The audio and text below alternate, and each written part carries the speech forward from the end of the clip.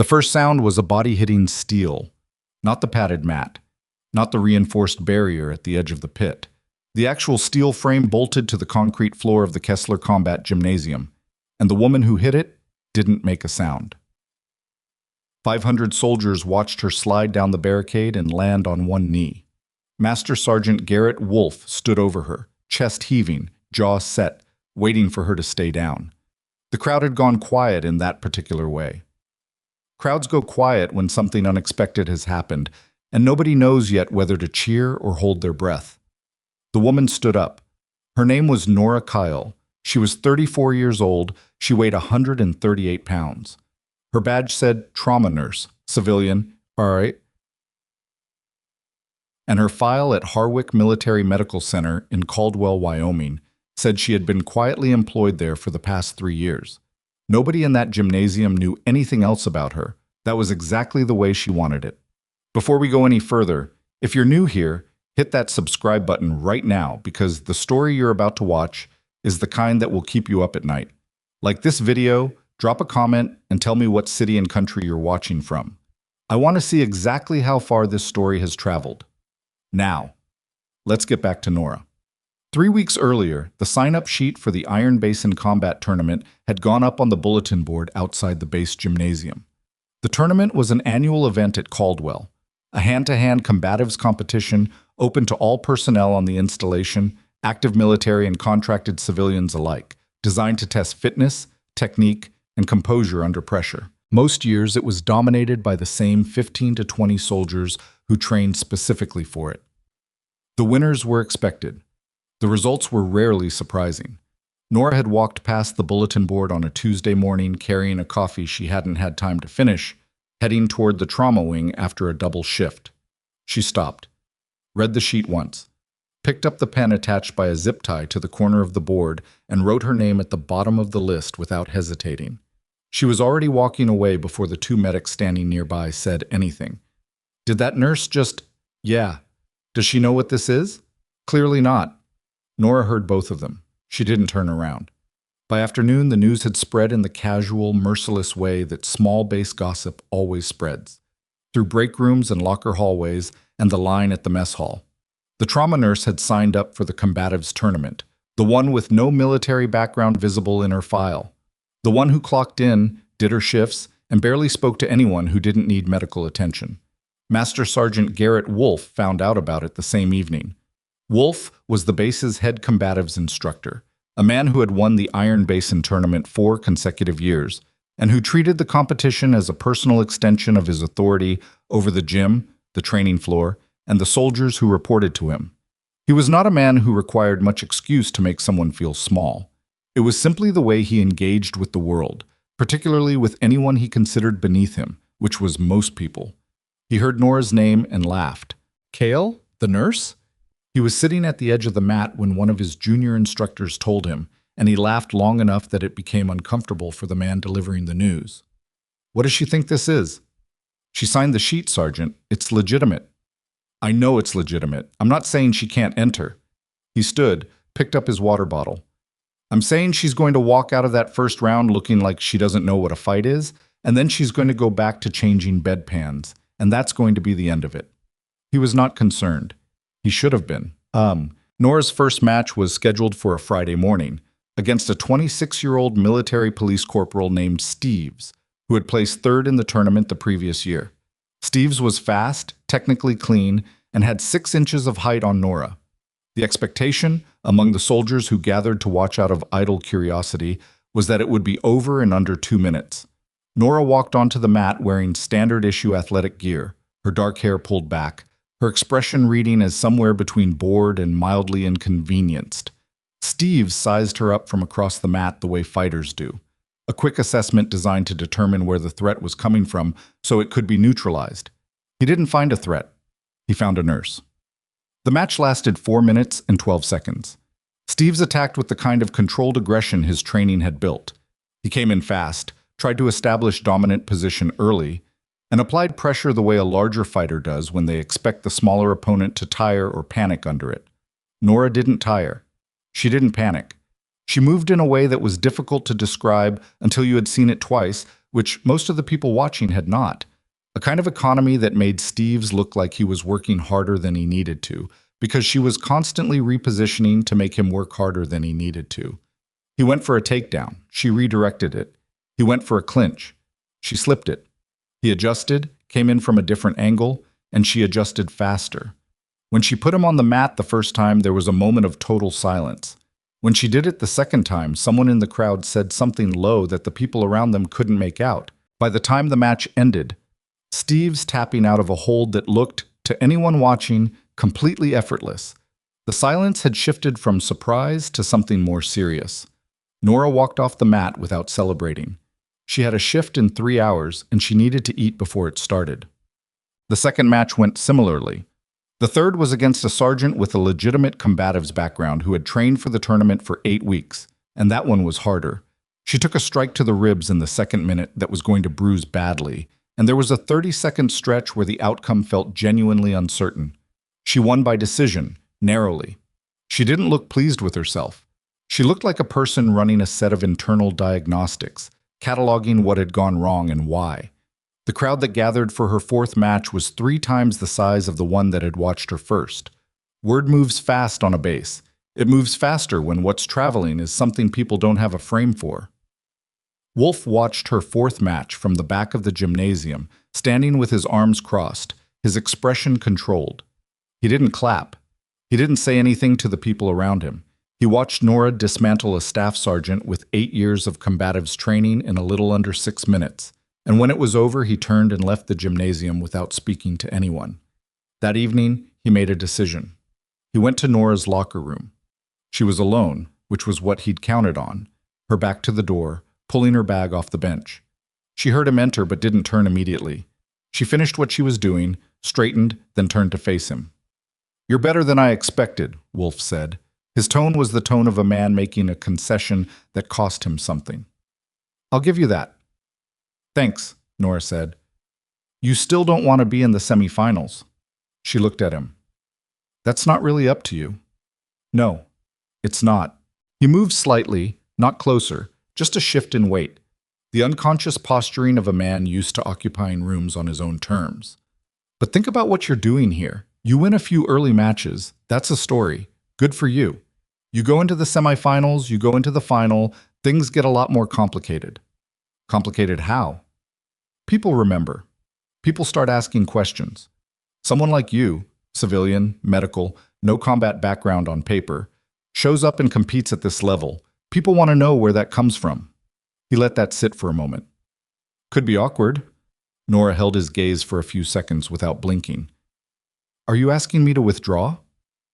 "I'm suggesting," Wolf said carefully, "that you might want to consider your position." "My position," she repeated. "On the base, in the medical center. Your contract renewal comes up in 7 months." He said it the same way he'd said everything else. Level, reasonable, as if he were simply providing information she might find useful. "I'm just saying, think it through." Nora picked up her bag. "I've thought it through." She walked past him and left. What happened next was small enough that it might have been coincidence. Her locker combination stopped working 2 days before the semifinal. She requested a reset and was told the maintenance queue was backed up. Come back in a week. Her name was left off the preliminary match schedule posted outside the gymnasium, and when she pointed it out, she was told it was a clerical error. The replacement meal vouchers she was owed for her last 2 overnight shifts were flagged as incorrectly submitted, and she was told to resubmit with additional documentation. None of these things individually would have meant anything. Taken together, they formed the outline of something deliberate. Nora noticed. She documented each one, dates, names of the staff members involved, written confirmation requests submitted in writing so there was a record of her inquiry. She did not mention it to anyone on base. She did not file a complaint. She simply created a record and waited. The morning of the semifinal, she arrived to find a note slid under her door. It was handwritten and brief. It said, "You don't know who you're dealing with. Walk away now or you won't be walking away on your own later."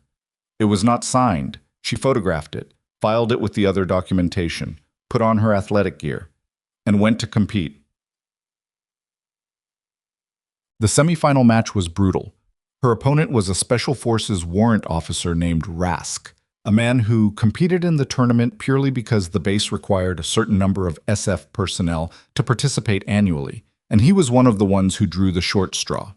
He was not someone who had expected to meet meaningful competition at a base-level tournament. He was also not someone who showed mercy on the mat by default. Rask went at Nora hard from the opening 30 seconds. He was faster than the soldiers she'd faced in earlier rounds, and technically more sophisticated. He recognized the pattern she was using faster than the others had, and he adapted mid-match in ways that required her to adapt back. The match ran almost to time. The crowd was loud in a way that bass crowds rarely get loud, the kind of sustained noise that means people have forgotten to perform enthusiasm and are simply feeling it. Nora won by a razor-thin judge's decision. She walked off the mat with a split lip and a bruise forming along her left forearm, and she sat on the bench outside the gym for 6 minutes before she trusted herself to stand up steadily. A younger nurse from the medical center named Price found her there. "You need to get that lip cleaned up," Price said, sitting down next to her without asking. "I'm aware." "You're going to the final." "Yeah." Price was quiet for a moment. She was 27, had been at Harwick for 8 months, and had developed the habit of watching Nora at work in the trauma wing, the way a musician watches someone better than them play.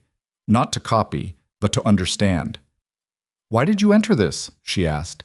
"And I don't mean it how it sounds. I'm genuinely asking." Nora looked out at the parking lot beyond the chain link. The afternoon was overcast, cold the way Wyoming in October was cold. A dry, permanent cold that settled into the bones. "I had a reason," she said. "That's not really an answer." "No," Nora agreed. "It's not." She stood up, testing her balance. Her ribs were already stiffening.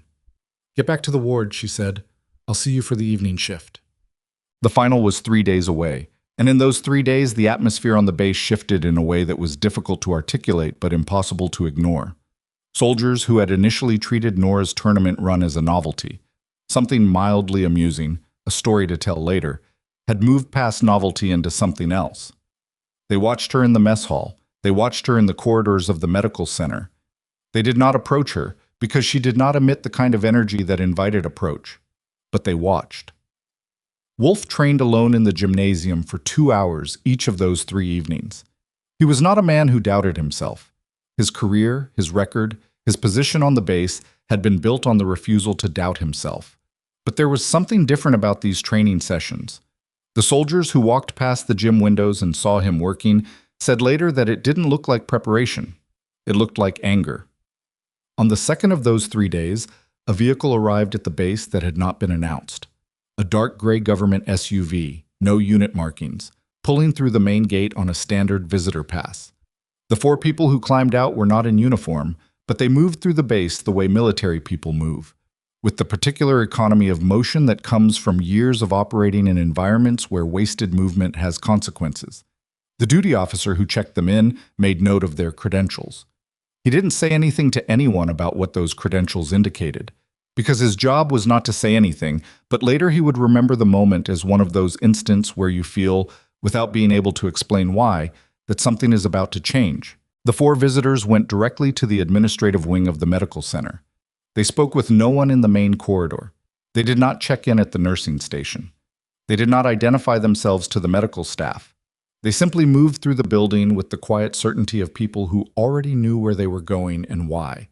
And when they found what they were looking for, they stood and watched for a long time without making themselves known. What they were watching was Nora.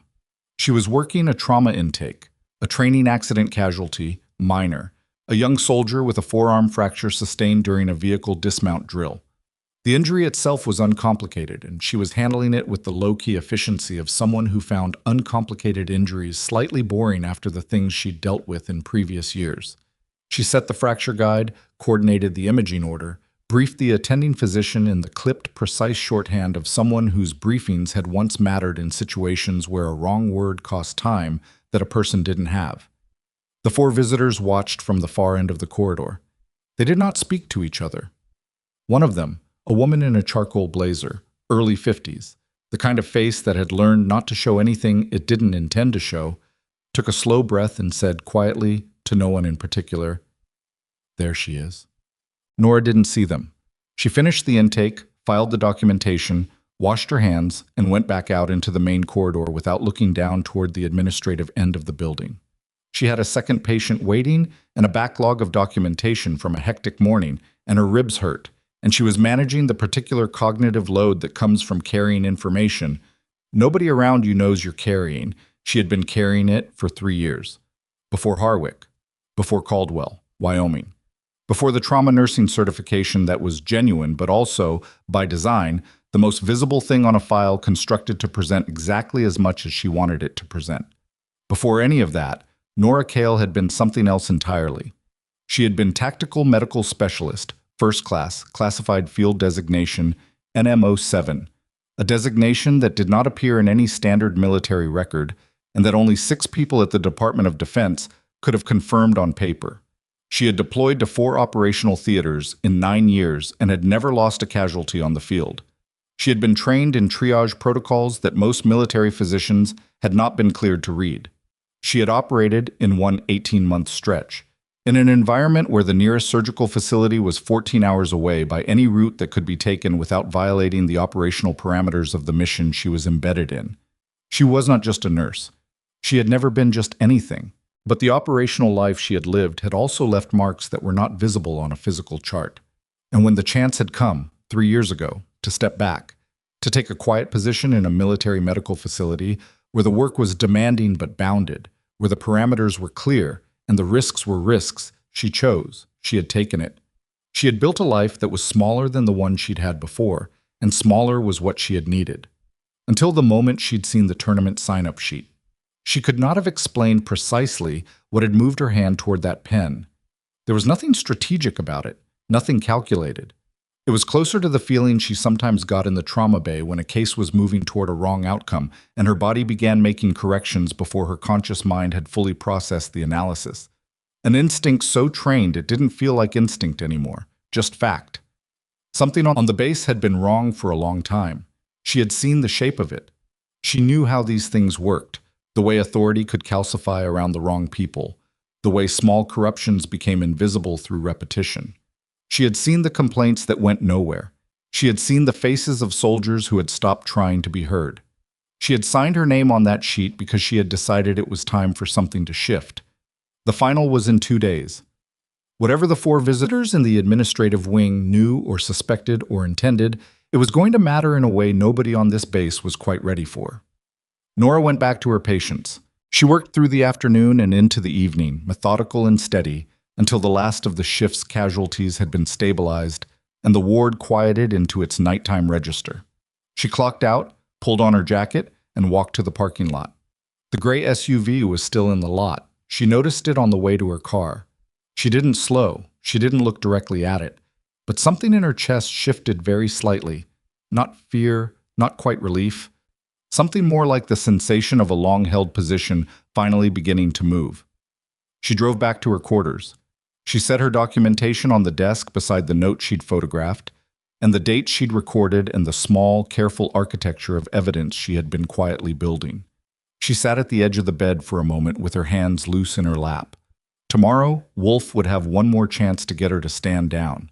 She already knew she wouldn't. And somewhere in the administrative wing of Harwick Military Medical Center, 4 people who had traveled a very long way were sitting with information that was about to make everything on this base impossible to ignore. And the final match of the Iron Basin Combat Tournament was now something none of them planned to miss. The night before the final, Nora slept 4 hours. Not because she was anxious. Anxiety was a thing that happened to her body on a physiological level sometimes. The same way cold happened, and she had learned years ago to treat it as information rather than crisis. She slept 4 hours because her ribs wouldn't let her stay in any position long enough to get the deeper rest she needed. And somewhere around 2 in the morning, she gave up, got up, and sat at her desk in the dark with a glass of water and the documentation she'd been building. She read through it once, not to reassure herself, she knew what was there, but because reading it reminded her why the file existed. Dates, names, a pattern of small obstructions that individually meant nothing and collectively meant everything. The note, the photographs. 3 pages of handwritten records that she had started keeping 6 months ago, long before she'd ever signed that tournament sheet, because she had recognized the shape of the thing operating beneath the surface of this base, and she had known, with the particular certainty of someone trained to read environments, that it was going to surface eventually. She had just decided to be the reason it surfaced. At 4:30, she made coffee. At 5:15, she went for a run, slow because of the ribs, 3 miles around the perimeter road in the dark and the cold. By the time she got back and showered and put on her medical center badge, she had moved into the focused, narrow state she recognized from years of operating in conditions that required everything she had. It wasn't calm, exactly. It was more like all the noise had been organized into something useful.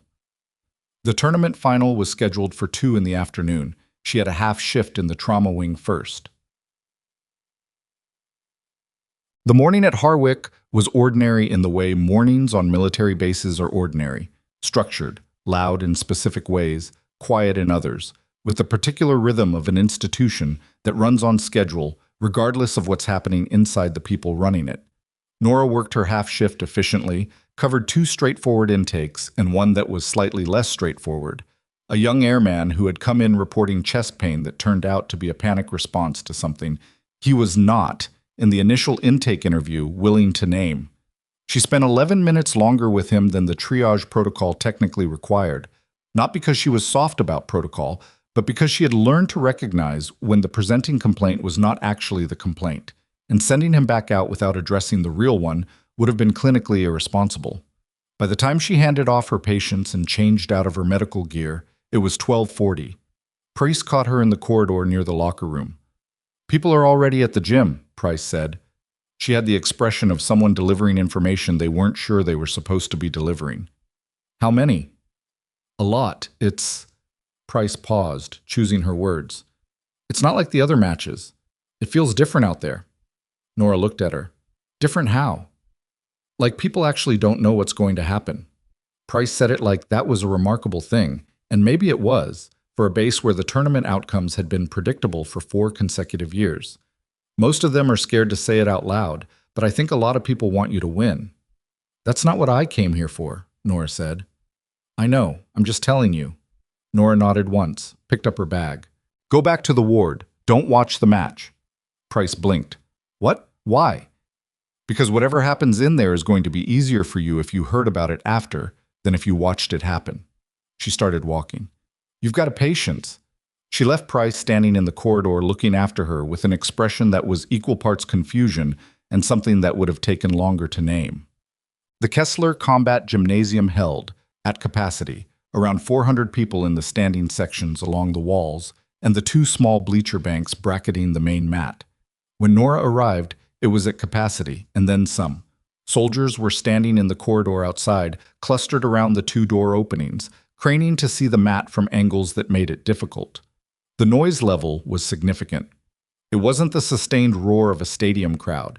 It was the buzzing, pressurized sound of a lot of people in a small space who were trying to contain something. She saw Wolf across the mat as she came in. He was already there, in competition gear, standing with 2 of his training partners near the far wall. He was doing what fighters do before a match.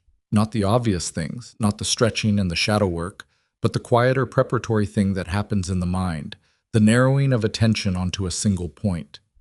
He looked like a man who had decided something.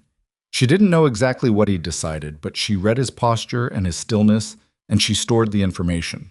She found a space along the wall and began her own warm-up. She kept it minimal. Her body was already running hot from the morning, from the accumulated stress of the past weeks, from the particular alertness that had been sitting behind her sternum since she'd seen that gray SUV in the parking lot. She did not look for the 4 visitors. She assumed they were in the room. She focused on what was in front of her. The referee called both competitors to the mat at 1:58. Nora walked to her mark. Wolf walked to his. They were close enough that she could read his breathing. Controlled, deliberate, the breathing of a man who had done this many times. She kept her own breathing even and low. The referee gave the standard briefing: legal contact zones, prohibited techniques. 3 judges. Decision by majority if the match ran to time. No strikes to the spine, no contact to the throat, the usual. Wolf looked at Nora across the 3 feet between them.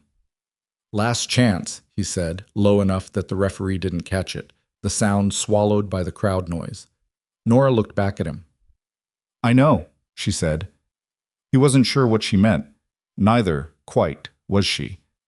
The referee stepped back. The match began. The first 90 seconds were a feeling-out period that felt, from the outside, like nothing much was happening. People who didn't understand fighting watched it as stillness. Two people moving carefully in a small space, no contact, not much noise. People who did understand recognized it as the most important phase of the match, the moment where each competitor was reading the other in real time, processing data, updating the internal model. Wolf was good. She had known he would be. He moved with the economic precision of someone who had trained seriously for a long time. No wasted motion, each footstep calculated.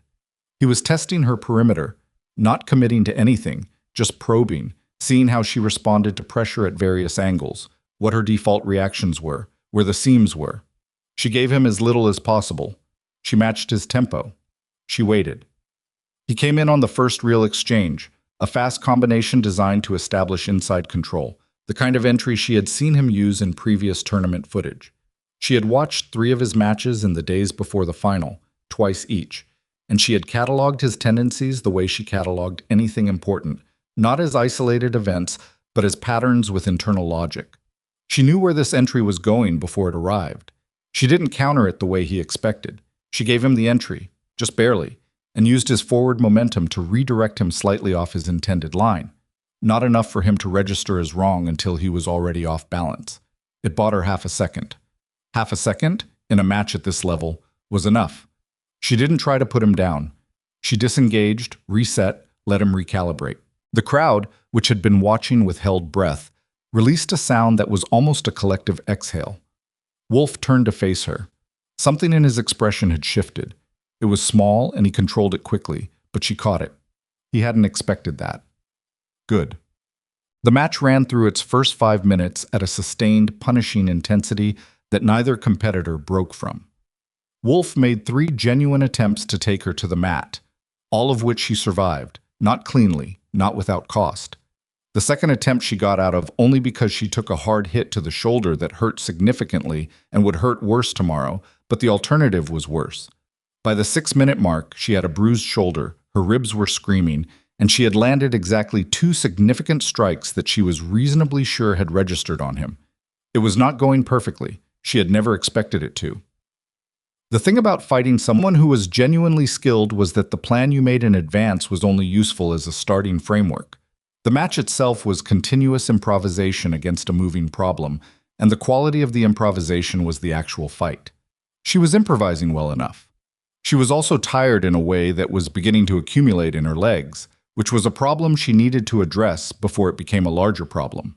She changed her approach. Instead of matching his pace, she started making him work harder to close distance. She used the full space of the mat, kept moving, forced him to chase. It was not the fastest way to win. It was the smartest way to avoid losing while she managed her own reserves and waited for an opening that was worth something. Wolf recognized what she was doing. "Stop running," he said, sharp, meant to provoke. She didn't answer. She kept moving. He pushed his pace. It was exactly what she'd wanted him to do. When his next entry came, he was half a step faster than he needed to be. A small overcommitment that came from pressing too hard. The kind of mistake that happened when a fighter's ego started writing checks that their technique had to cash. She saw it coming with the particular clarity that arrived sometimes in the middle of difficult things, when the noise fell away and only the immediate problem remained, bright and specific. She let him come in.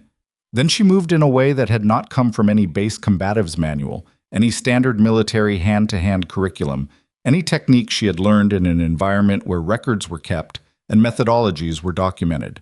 She moved in a way that had been built into her body by years of training for situations where the person trying to hurt her was not an opponent in a tournament. The counter was precise and fast and completely unexpected, and it put Wolf on the mat for the first time in 4 years of competing in this tournament. The gymnasium erupted. Not applause, not quite, something more raw than applause, more involuntary. The sound people make when something they weren't sure they were allowed to want has suddenly happened. Wolf got up faster than she expected, controlled, furious beneath the control. His eyes were different now. She read them carefully. The technical fighter was still there, but underneath it something uglier had activated, and that was the thing she needed to be most careful about. The match was not over. What happened next unfolded in the space of about 40 seconds, and it unfolded fast enough that the three judges and the referee all had slightly different accounts of it afterward. Wolf came back in aggressive, driving forward, not the measured pressure of the earlier phases, but something with an edge to it. He landed a shot to her bruised shoulder that sent a spike of pain through her whole left side and momentarily compromised her guard, and he used the opening to try to force her to the mat. She fought it, which cost her, and they ended up in a clinch against the boundary of the mat that the referee let run for several seconds before calling a reset. Nora stepped back to her mark, breathing harder than she wanted to be. The shoulder was a problem now, not catastrophic, but real. Wolf looked at her across the reset distance. And then he did the thing. He came in from an angle that put her left side toward him, the compromised side, the shoulder, and his lead leg dropped into a position that was specifically prohibited by every combative's framework she had ever trained under. It was an approach designed to set up a strike to the lateral knee. Illegal in the tournament rule set. Not ambiguously illegal, clearly, specifically illegal, the kind of technique that instructors used as an example of what not to do precisely because the potential for serious permanent joint damage was not a matter of degree. She saw it. She processed it in the way that her training had built into her, not as a series of conscious thoughts, but as an immediate, complete picture of what was coming and what the correct response was. The correct response was fast and left no room for the technique he was attempting to complete. She moved. What she did was not in the tournament rulebook either. Not because it was illegal, but because nobody at this level had been trained to do it, because it was a defensive counter from a completely different operational context, built for an environment where the thing coming at you was not a tournament opponent making a bad decision, but something considerably worse. It was faster than anything she had shown in the match so far. It redirected his weight and leverage in a way that he had no frame for, and it put him on the mat hard. He went down. He didn't move immediately. The referee crossed the mat in 3 fast steps. The judges were already on their feet. The gymnasium had gone from eruption to complete silence in the span of 2 seconds. Wolf pushed himself up onto one elbow, then to a sitting position, then, slowly, controlled, angry, to his feet. He was not injured. Whatever the crowd had feared in that moment of stillness, he was upright and functional. But he looked at Nora from across the mat with an expression that had moved past anger into something colder. The referee called the match. He conferred with the judges for 45 seconds that felt considerably longer. Then he raised Nora's hand. The sound that came from the gymnasium was not polite. It was not measured. It was 400 people releasing something that had been pressurized for a long time. Not just the tension of this match, but something older. Something that had been building on this base through 4 consecutive years of outcomes that everyone knew in advance, through the accumulated weight of an institution that had organized itself around the wrong people's comfort. Nora stood in the middle of the mat and did not raise her free hand. She did not smile. She breathed carefully around her ribs, and she looked at the wall beyond the crowd, and she waited for the referee to release her arm. When he did, she stepped off the mat. She did not look for the 4 visitors. She knew they were there. She had known the moment the match ended that whatever was going to happen next was already in motion. The locker room afterward was the first place she'd been alone in hours, and she sat on the bench and let herself feel the extent of the damage for a few minutes without managing it. The shoulder was worse than she'd initially assessed. She ran her fingers along the joint carefully and decided she needed an X-ray before she made any determination about whether she'd be able to work her shift tomorrow. Her ribs had gone from screaming to the kind of deep, settled ache that meant they'd been insulted enough that they were going to be making their feelings known for at least 2 weeks. Her left hand had a bruise forming across the knuckles from the last exchange that she hadn't noticed until she was off the mat. She sat with all of that for a few minutes. Let it be real. Then she started moving. She was halfway through changing when the door opened. She expected Price, possibly one of the soldiers who had found reasons to speak to her after her earlier matches. The ones who offered congratulations with the slightly embarrassed energy of people who hadn't expected to be rooting for her. It was not Price. It was a man she had never seen on this base, in his early 40s, in civilian clothes, charcoal wool, no insignia, the kind of clothes that were chosen specifically for their absence of information.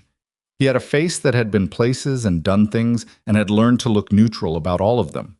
He stopped inside the door and looked at her without any of the usual social hesitation that preceded an uncomfortable conversation. "Nora Kale," he said. Not a question, not an introduction either. She looked at him. "You can't be in here." "I know." He didn't move. "My name is Aldrin Voss. I'm with the Inspector General's office, DoD Oversight Division." He held out a credential wallet, open to an ID that she looked at carefully. "I'm going to need about 10 minutes of your time.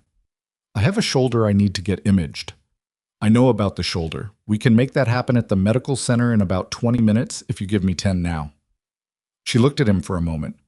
Then she sat back down on the bench and gestured at the space across from her. "Talk," she said. He sat. "We've been aware of your file for approximately 18 months, he said. He spoke the way officials who dealt in complex information often spoke, organized, layered, the kind of delivery designed to cover maximum ground in minimum time. Not the file Harwick has. The other file." She didn't respond. "The tournament was informative," he continued, in ways that confirmed several things we already suspected. "But we're not here about the tournament." He leaned forward slightly. "We're here about Garrett Wolfe, Colonel Doyle Harmon, and approximately 7 years of suppressed misconduct complaints at this installation." Nora was quiet for a moment. 7 years. "That we can currently verify. We believe it goes further." She looked at the wall for a few seconds. She thought about the soldiers she had watched at this base over 3 years, the ones who had the particular posture of people who had tried to use a system and found it locked against them, the ones who had stopped trying. How many complaints? 11 confirmed suppressed, as of this week. More under review. He paused. "Ms. Kyle, your documentation, the file you've been maintaining." She looked at him directly. "How do you know about that?" "Because you submitted an inquiry to the base legal office 4 months ago about the formal complaint process and never received a response. That inquiry was logged. When we started auditing this installation, it was one of the items we flagged." He held her gaze. "We'd like to see what you have." The locker room was quiet, except for the muffled crowd noise still filtering from the gymnasium, the base slowly coming back to its ordinary register after whatever the afternoon had been. Nora thought about the documentation on her desk, the dates, the note in its photograph, the 3 pages of handwritten records she had kept because she had understood, from a very long way back, how these situations actually resolved, not through the mechanisms that were supposed to resolve them, but through the accumulation of evidence that made it impossible for the mechanism to continue failing. "I'll get you the file," she said. "Good." Voss stood. "There's something else." He said it in a different tone, a slightly different register. Not the official delivery, but something more careful, more specifically aimed at her. "What you did in that match today. The counter in the final 30 seconds. He stopped. "I need you to understand that several people saw that, and some of them know what it means." She said nothing. "We're going to need to have a different conversation," he said. "A larger one. Not today, but soon." He moved toward the door. "Voss," she said. He turned. "The complaint Wolf filed after the match. Excessive force." She said it evenly. "How fast does that move through the system here?" His expression shifted. "Not much, but enough." "Faster than it should," he said, "which is one of the things we're here to address." He held her gaze for one more second. "Get your shoulder looked at. I'll find you tomorrow morning." He left. Nora sat in the silent locker room for a moment, her hands in her lap, the bruised knuckles sitting in the overhead light. She thought about what he'd said. 11 confirmed, more under review. And the number landed differently than she'd expected it to. Not as vindication, as weight. 11 people, probably more.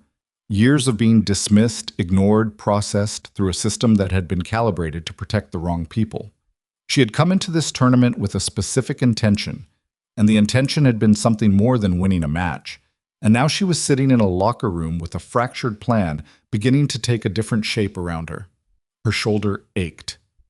Somewhere in the administrative wing of Harwick Military Medical Center, she knew a complaint was being filed against her with her name on it.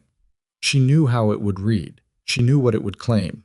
She also knew that the people writing it had just spent their afternoon being watched by 4 people from the Inspector General's office who had driven a long way to get to Caldwell, Wyoming, and who had not made that drive because things at this installation were fine. She changed the rest of the way, picked up her bag, walked out of the locker room and down the corridor toward the gymnasium exit. She almost made it. Price was waiting near the side door, which was not a surprise, and behind Price was a cluster of soldiers that Nora hadn't expected. 6, 7 of them, in a rough group, some in uniform and some in PT gear. Young, most of them. The kind of young that bases were full of, the kind that hadn't yet learned whether to trust the institutions they'd signed themselves over to. They went quiet when Nora appeared. Nobody moved first. Then one of them, a corporal, female, couldn't have been more than 23, with the particular posture of someone who had made a decision that cost them something to make, stepped forward. "Sergeant Wolf wrote me up twice," she said, "for filing a safety complaint about his training protocols. Both times the write-up went through, the complaint disappeared." She stopped, swallowed once. "I heard you kept records." Nora looked at her. Then she looked at the others, who were watching with various expressions ranging from fear to something that had decided to look fear in the face. "I kept records," Nora said. "Can we—" the corporal started. "Come by the medical center tomorrow," Nora said. 7 a.m., before the day shift starts." She looked at the group. "All of you who have something to say, write it down before you come. Dates, names, what was said, what was filed, what happened next. Bring it with you." She looked at each of them once, quickly. Then she looked at Price. "I need an X-ray," she said. "I know," Price said. "I've been waiting to tell you that for 20 minutes. They walked out. Behind them, the cluster of soldiers stood in the corridor for a moment, in the particular silence of people who have just taken a step they cannot take back. Unsure whether it was the right step, unsure whether it was going to cost them, but committed in the way that happens when the alternative finally becomes less bearable than the risk. Outside, the base was settling into its early evening. The overcast sky had dropped lower, and the cold had intensified in that late October way. Nora walked to the medical center with Price beside her and her bag over her good shoulder, and the file on her desk waiting at home, and she knew, with the particular clarity she'd been running on since 2 a.m., that whatever Wolf and the people protecting him had set in motion was already unraveling. She didn't know yet how far it would unravel, or how fast, or how hard it was going to come down on the people who had built it. But she knew Voss would be at her door in the morning, and she knew that 3 of the soldiers who had been standing in that corridor had the same eyes as people she'd once treated in theaters where nobody was supposed to know they existed. The eyes of someone who has been operating alone in a bad situation for so long that they have almost forgotten there was ever another option. The X-ray showed a partial fracture of the greater tubercle, minor, the kind that healed with immobilization and time and a certain amount of willingness to be patient with pain. The attending physician on duty looked at the image and then looked at Nora with an expression that was trying to reconcile what the film showed with the fact that she had been standing calmly in front of him for the past 10 minutes. "You competed today," he said. "I did." "With this?" "I didn't know about it until now." He opened his mouth, closed it, wrote the treatment notes. "You'll need a sling for 4 to 6 weeks. Light duty through end of month. No lifting over 15 pounds. "Understood." "You should not have competed," he added, as a formality. "Noted," she said. Priest drove her home, which Nora accepted without arguing because the sling made driving uncomfortable, and she didn't see the utility in suffering when there was an alternative. They were quiet for most of the drive. As they pulled up outside Nora's quarters, Price sat for a moment with the engine running. "What's going to happen?" Price asked. Not specifically, broadly, in the way people ask when they sense the ground has shifted and they don't know yet how far. Nora opened the door, careful with her shoulder. "Something that should have happened a long time ago," she said. She got out, walked to her door, went inside and stood in the dark for a moment before hitting the light. On her desk, the file waited. The documentation. The note. The 3 pages of handwritten records. And next to them, something she hadn't expected. A sealed envelope that had been slid under her door while she was at the medical center.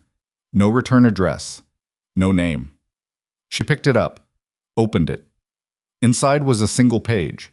At the top, a unit designation she recognized. one that was not supposed to exist in any base-level paperwork at a standard military medical installation. Below it, a line of text and 4 signatures. She read it twice. Then she sat down slowly on the edge of the chair at her desk, the sling making the movement awkward, and held the page in her one good hand, and understood that the conversation Voss had said they needed to have, the larger one, the one that wasn't about today, had already begun, with people she hadn't anticipated, through channels she thought she'd closed 3 years ago. Her phone buzzed. She turned it over. An unknown number. A text message, 2 sentences. "We know what you are. We need to talk before they do." She stared at the text for 11 seconds. Not because she didn't know what to do with it. She did, or she would, once she had more information. But because the specific combination of those 2 sentences told her something important about who had sent them. "We know what you are" was not a threat. It was a credential. Whoever had written it understood that Nora Cale's file was a construction, and they understood what the construction was covering, and they were telling her that directly rather than approaching through any of the official channels that Voss represented, which meant they were not Voss's people, which meant there were at least 2 separate entities now moving on this base, with different information, different purposes, and different relationships to the truth she had been carrying for 3 years. She set the phone down on the desk next to the envelope and its single page. She looked at both of them together, the official channel and the unofficial one, arriving within hours of each other, after an afternoon that had already changed the shape of everything. She thought about the unit designation on the page. She thought about what Voss had said. "We're going to need to have a different conversation, a larger one." Someone had beaten him to it. She did not text back. Not yet. She took a photograph of the page, the envelope, and the text message screen, added them to the documentation file. Then she set her phone to silent, got into bed still wearing most of her clothes because the sling made changing complicated and she was too tired to work around it, and told herself she would sleep until 6 and deal with the rest in the morning. She slept until 5:40, which was close enough. But Voss arrived at her door at 7:03, which meant he had been waiting in a vehicle somewhere nearby since at least 6:45, because nobody walked across a base in under 15 minutes in this cold without planning for it. He was alone this time. He had a paper cup of coffee that was not for her, and a tablet under his arm, and the expression of a man who had spent the night reading things that had made his morning worse. "You got something last night," he said before she'd finished opening the door. She looked at him. "You want to tell me how you know that?" "I want you to show me what it said." She let him in. He stood in the center of the small room and looked at the desk. The original documentation file, the envelope, the photograph she'd taken of the page, her phone, with the organized attention of someone building a picture quickly. She handed him the photograph. He read it. His face did the thing that controlled faces do when they receive information that changes the scope of something. A very small recalibration, almost invisible. "How long have you been in contact with this unit?" he asked. "I haven't been. That arrived under my door while I was at the medical center getting my shoulder looked at." "You didn't put it there." "I did not put it there." He turned the photograph over, as if there might be something on the back. There wasn't. "This designation has been classified for 4 years," he said. "It shouldn't be on any document that exists outside of a skiff." "I'm aware." He looked at her. "Ms. Kyle, Nora." "Nora's," he adjusted. "What I'm about to tell you is going to expand the scope of what you thought you were involved in." He said it the way people say things when they are being careful not to say the larger version of the thing first. The misconduct we're investigating at this installation, the suppressed complaints, Wolf's conduct record, the administrative cover provided by Colonel Harmon, that's real and it's serious, and we have enough to move on it already. He paused. But the reason we came to Caldwell in the first place was not Wolf. Nora waited. Harmon has been selectively approving and denying transfer requests for personnel with complaints on file for 7 years, Voss said. We found that 3 months ago. What we found last month is that the pattern of denials correlates with a separate financial audit, base contract procurement, specifically the medical supply contracts for Harwick. He held her gaze. Someone has been keeping certain people on this base and certain other people off it, specifically to manage who knows what about how this facility's procurement works. The room was quiet for a moment. How much? Nora asked. Enough to be a federal problem rather than a military one. He set the photograph down on her desk. The document you received last night comes from people who have been looking at the same procurement pattern from a different angle for a longer time. If they made contact with you, it means they believe you have information or access they need. Or they want to know if I'm a liability, Nora said. He acknowledged that with a slight tilt of his head. Possibly both. She looked at the desk. The coffee she'd made before he arrived was getting cold. The morning outside was gray and still, the base not yet fully awake at this hour, the kind of quiet that preceded the structured noise of a military installation coming online for the day. "What do you need from me?" she asked. "Your documentation file, everything you have, and your cooperation with what's going to happen today." "What's happening today?" He looked at her steadily. "Harmon is filing formal disciplinary action against you this morning. Excessive force, conduct unbecoming, misrepresentation of civilian credentials. It was drafted last night. It goes to the base JAG office at 0900. He watched her face. "We knew it was coming. We've been waiting for it." "Why?"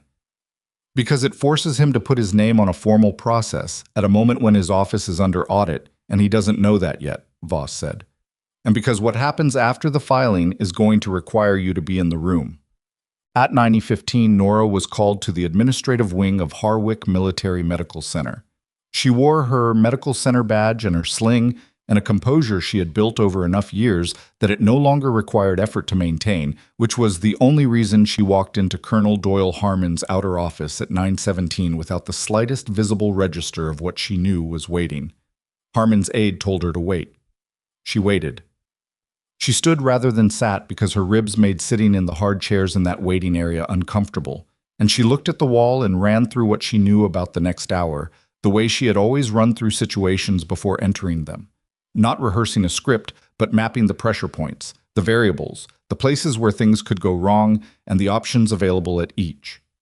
The aide opened the door at 9:29. Colonel Harmon was a man in his late 50s who had the build of someone who had once been physically formidable and had since replaced that with the different kind of authority that came from a desk and 20 years of institutional position. He was not alone. Beside him sat a JAG officer she had not seen before, Captain Nell Forsch, according to the nameplate visible on the desk where the woman had set her materials. And standing near the window was Wolf, in uniform, his posture carefully neutral in the way of a man who has been told to stand somewhere and not speak unless spoken to. Harmon gestured at the chair across from his desk. Nora sat. "Ms. Cale," Harmon began, in the measured tone of an administrator accustomed to delivering decisions rather than having conversations, "you're aware that a formal complaint was filed against you yesterday evening."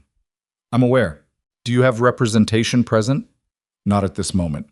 He exchanged a brief look with Forsch that was meant to be subtle and wasn't.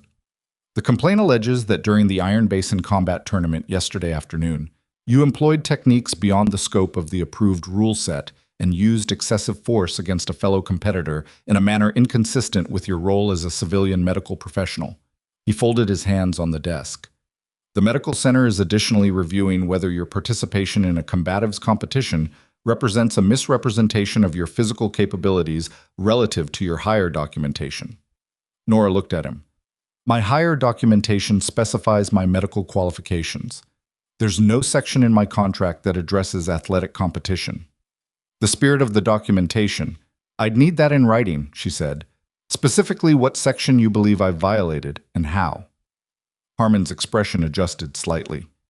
"We're not here to debate contract language, Ms. Cale.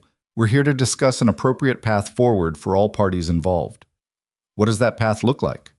He let a pause sit. "An administrative transfer, with your record here at Harwick sealed and a neutral reference provided. You'd have the opportunity to continue your nursing career at another facility, with this matter resolved quietly."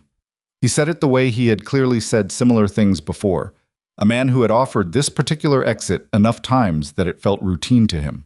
Nora looked at Wolf, standing at the window. He was watching her with the expression of a man who believed this was already over. Then she looked back at Harmon. "I have to decline," she said. The room was quiet for a moment. "Ms. Cale," Forsch said, from her position beside Harmon, "I want to make sure you understand the scope of the proceeding you'd be entering if this goes forward formally." "I understand the scope," Nora said. "I'd like to add something for the record.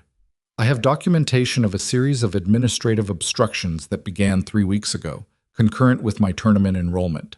I have dates, names, and written records of inquiry that received no response. She reached into her bag and set a folder on the desk. A copy, the original was in her quarters, and slid it across. I'd also like to note that Sergeant Wolf's attempt in the final 30 seconds of the match constituted a strike to the lateral knee, which is specifically prohibited in the Iron Basin rule set under Section 4, Paragraph 2. I have 3 witness statements from soldiers who were positioned within clear sightline of the mat. Harmon looked at the folder and did not pick it up. Additionally, Nora said, I believe the JAG office should be aware that an Inspector General audit is currently active at this installation. The silence that followed was a different quality of silence than the ones before it. Forsch turned to look at Harmon. It was the first unrehearsed movement she had made since Nora entered the room. Harmon's expression had not changed, but something behind it had shifted. The specific shift of a man recalculating the load-bearing capacity of the floor he was standing on. I'm not at liberty to discuss any audit process, Harmon said. I'm not asking you to, Nora said. I'm informing the JAG representative in the room so that any proceedings initiated today are filed with full awareness of the existing oversight context. Forsch picked up her pen, made a note. Harmon looked at Nora across his desk with the expression of a man who had just understood, several steps later than he should have, what kind of person was sitting across from him. This meeting is concluded, he said. We'll be in contact. Nora stood, picked up her bag, left the folder on his desk. Outside the administrative wing, the base had moved into its full morning register. Vehicles moving, personnel crossing the yard between buildings. The ordinary machinery of an installation that did not know yet that anything had changed. Nora walked to a bench along the outer wall of the medical center and sat down, carefully, with her sling in her lap, and took 4 slow breaths. Her phone buzzed. The same unknown number as the night before. A different message this time. East Maintenance Lot, noon, come alone. She looked at it for a moment. Then she typed back, one word, why? The response came in under 30 seconds. Because what Harmon is hiding goes further than Voss knows. And you're the only person on this base who can prove it. She pocketed the phone. She had 2 hours and 40 minutes until noon. She used them. She went back to the trauma wing and worked a partial shift because the ward was short-staffed and because keeping her hands and mind occupied with work she knew how to do was preferable to sitting in her quarters with the gathering weight of everything she'd set in motion. The morning's caseload was moderate, 2 post-operative monitoring assignments, 1 straightforward laceration from a training incident, 1 veteran patient with chronic pain management needs, who had a complicated history with medical authority and required careful handling. She handled him carefully. She always did with the ones who had learned not to trust the system was supposed to be delivering through. At 11:15, Price found her in the supply corridor. Forsch came by the ward, Price said quietly. Asked the charge nurse about your caseload history, whether you'd ever had complaints from patients. And nothing. There are no complaints. She knew that before she asked. She had the file with her. I think she was checking whether the nurses would cover for you or tell the truth. What did the charge nurse say? That you're the best trauma nurse she's supervised in 8 years, and she'd put that in writing. Price looked at her with an expression that was trying to stay practical. What's happening, Nora? Something that needed to happen. Nora kept moving through the supply corridor, pulling what she needed for the afternoon's case coverage, working the list. How many people came to the medical center this morning? The soldiers from last night? Price was quiet for a second. 4. I put them in the consultation room and told them you'd been called to admin but would be back. She paused.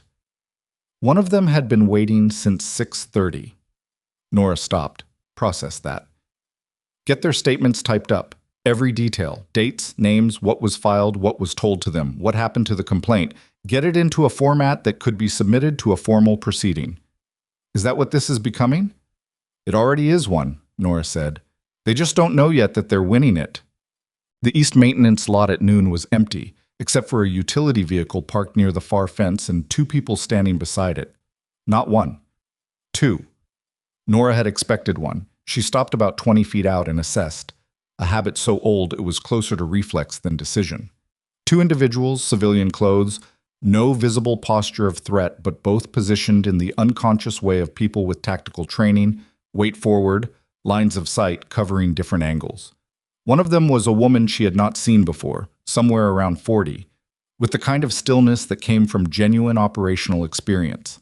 The other was a man she had seen once, years ago, in a briefing room in a location she was not supposed to remember professionally. She remembered anyway. His name was Tarrant. He had been, at the time she'd last seen him, a senior analyst for a defense intelligence unit attached to a program that officially did not exist. He looked older now. He also looked like a man who had been carrying something heavy for a long time and had found, very recently, a reason to put it down. "You look different without the tactical vest," he said. "You look the same," she said. It wasn't a compliment. The woman spoke first on the substantive matter. "My name is Adrienne Solk. I'm a civilian contractor, currently engaged with a DoD internal fraud review that is separate from and parallel to the Inspector General audit currently active at this installation." She said it cleanly, no preamble. "We've been building a case for 14 months. Against Harmon. Against the procurement network Harmon is the local node of," Solk said. "The medical supply contracts at Harwick are one piece. There are 6 other installations with the same structural signature, same contract vendors, same pattern of personnel management, same suppression of complaints that might surface financial irregularities." She looked at Nora steadily. "We have the financial forensics, we have the contractor records. What we do not have is a witness who has been physically present at this installation with direct knowledge of how the personnel management system was used to protect the financial one." Nora looked at Tarrant. "And you're here because I was the one who recommended you for the NMO7 designation 9 years ago," he said. "And because your file, your actual file, not the Harwick one, has a section that speaks to your operational integrity that carries weight in the kind of proceeding this is going to become." He held her gaze. "And because I owe you an explanation about why that file was handled the way it was when you transitioned out." The maintenance lot was quiet. Somewhere beyond the fence, a vehicle engine turned over. The cold pressed down from a sky the color of concrete. "I'm listening," Nora said. "When you filed the transition request 3 years ago," Tarrant said, "there was a classification review on NMO7 operational records. Your file was included. The decision made above my clearance level was to reduce your accessible record to medical credentials only, not because of anything you'd done, but because 2 of the operations you were embedded in were the subject of an ongoing interagency review." He stopped. "You were never told. You should have been. I argued that you should have been." He looked away for a moment toward the fence, then back. "It was the wrong call, and it left you exposed in ways that made your position here more vulnerable than it should have been." Nora processed that. "So Wolf's challenge to my civilian credentials was exploitable precisely because the record that would have answered it was sealed," Solk said, "and the complaint Harmon filed this morning would have had nothing to stick to if your full file were accessible," Solk confirmed, "which is one reason why what we're about to ask you to do matters beyond this base." A longer silence. "What are you asking?" Nora said. "We're asking you to be a formal witness in a proceeding that will be significantly larger than the Harwick investigation," Solk said. "We're asking you to testify to what you observed regarding personnel management and complaint suppression at this installation as someone with direct first-hand knowledge and a documented record of the pattern." She paused. "We're also asking you to permit the unsealing of your operational record for purposes of establishing your credibility as a witness and rebutting the misrepresentation claims in Harmon's complaint." Nora was quiet. The unsealing of the record was the part that had weight she needed to hold carefully. It meant the life she had built here, the smaller, bounded life she had chosen, the specific shape of quiet she had constructed around herself, was going to change. Not the way Wolf had wanted it to change. But change was change. Things that were sealed and then opened were different afterward, regardless of what the opening revealed. "How long do I have to decide?" she asked. "The proceedings will be initiated in 72 hours, Solk said. "Harmon's formal disciplinary action against you will be filed with JAG today. That creates a timeline. So 72 hours, roughly." Nora looked at the utility vehicle, at the fence beyond it, at the gray sky over the maintenance lot. She thought about the corporal who had been waiting outside the medical center at 6:30 in the morning. She thought about 11 confirmed complaints.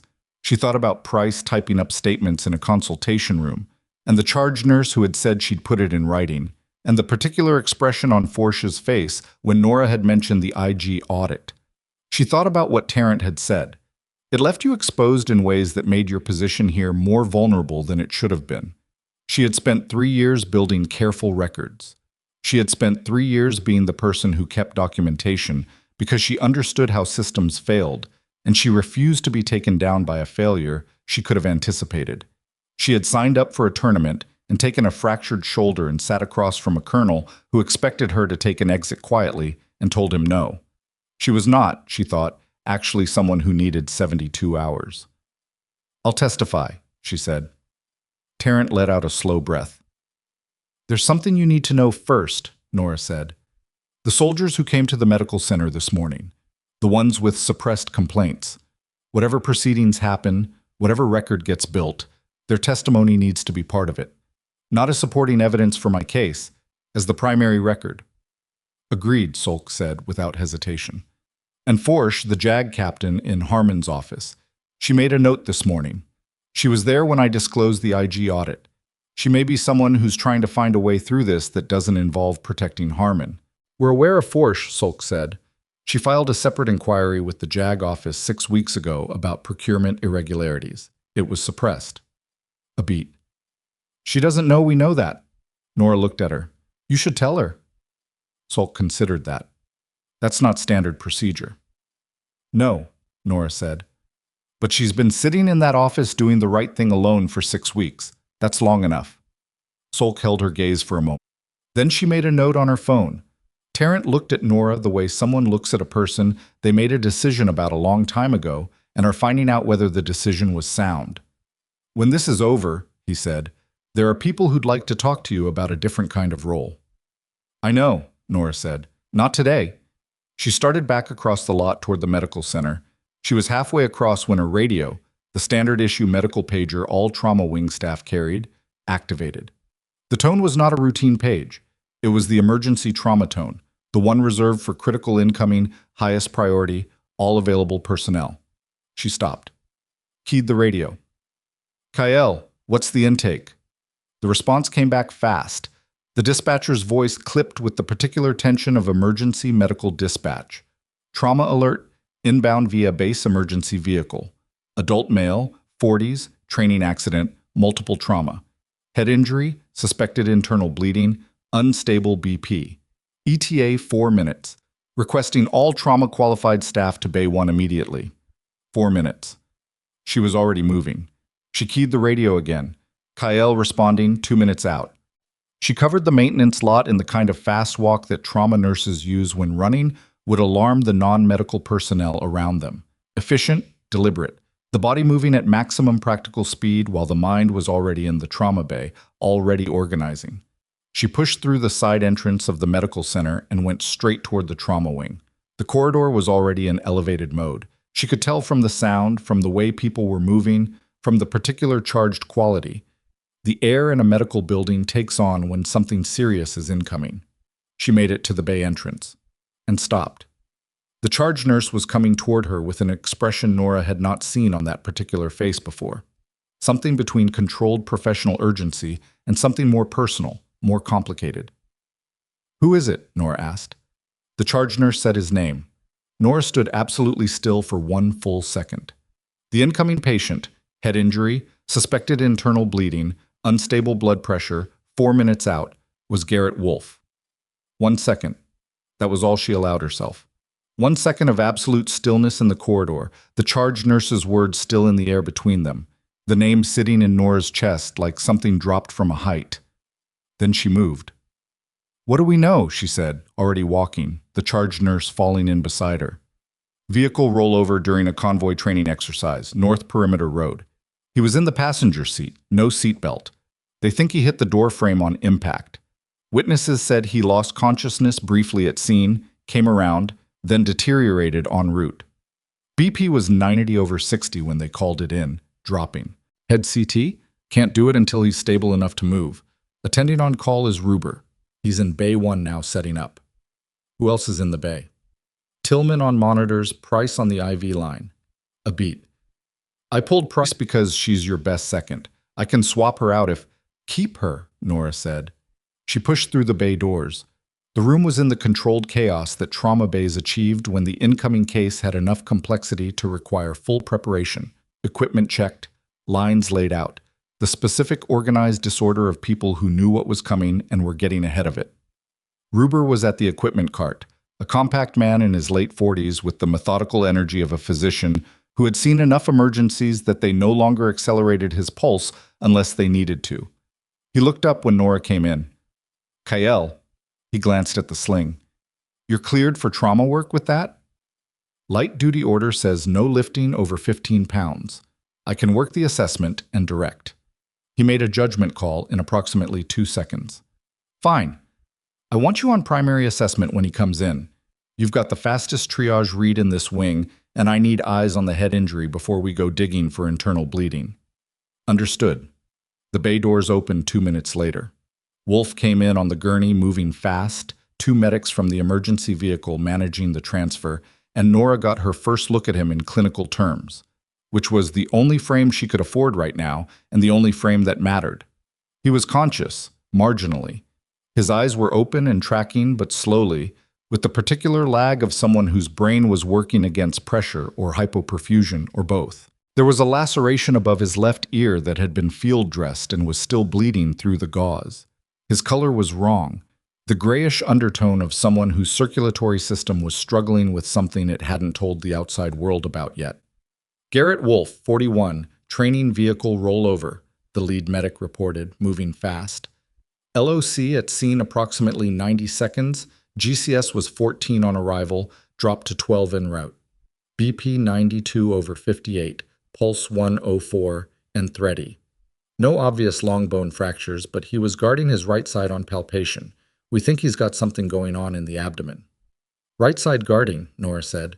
"Where exactly?" "Upper quadrant, maybe mid. Liver, possibly spleen." She filed that. "Wolf." She positioned herself at his eye line as the gurney locked into place. "Can you hear me?" His eyes found her. It took a moment longer than it should have. Something moved across his face, recognition, and then something after recognition that was harder to read, not fear, something more complicated than fear. "Kael," he said. His voice was rough, lower than normal. "You're in the trauma bay at Harwick. We're going to take care of you." She said it with the particular tone she used for patients whose state put them at the edge of full comprehension. Not soft, not loud, just clear. Anchoring.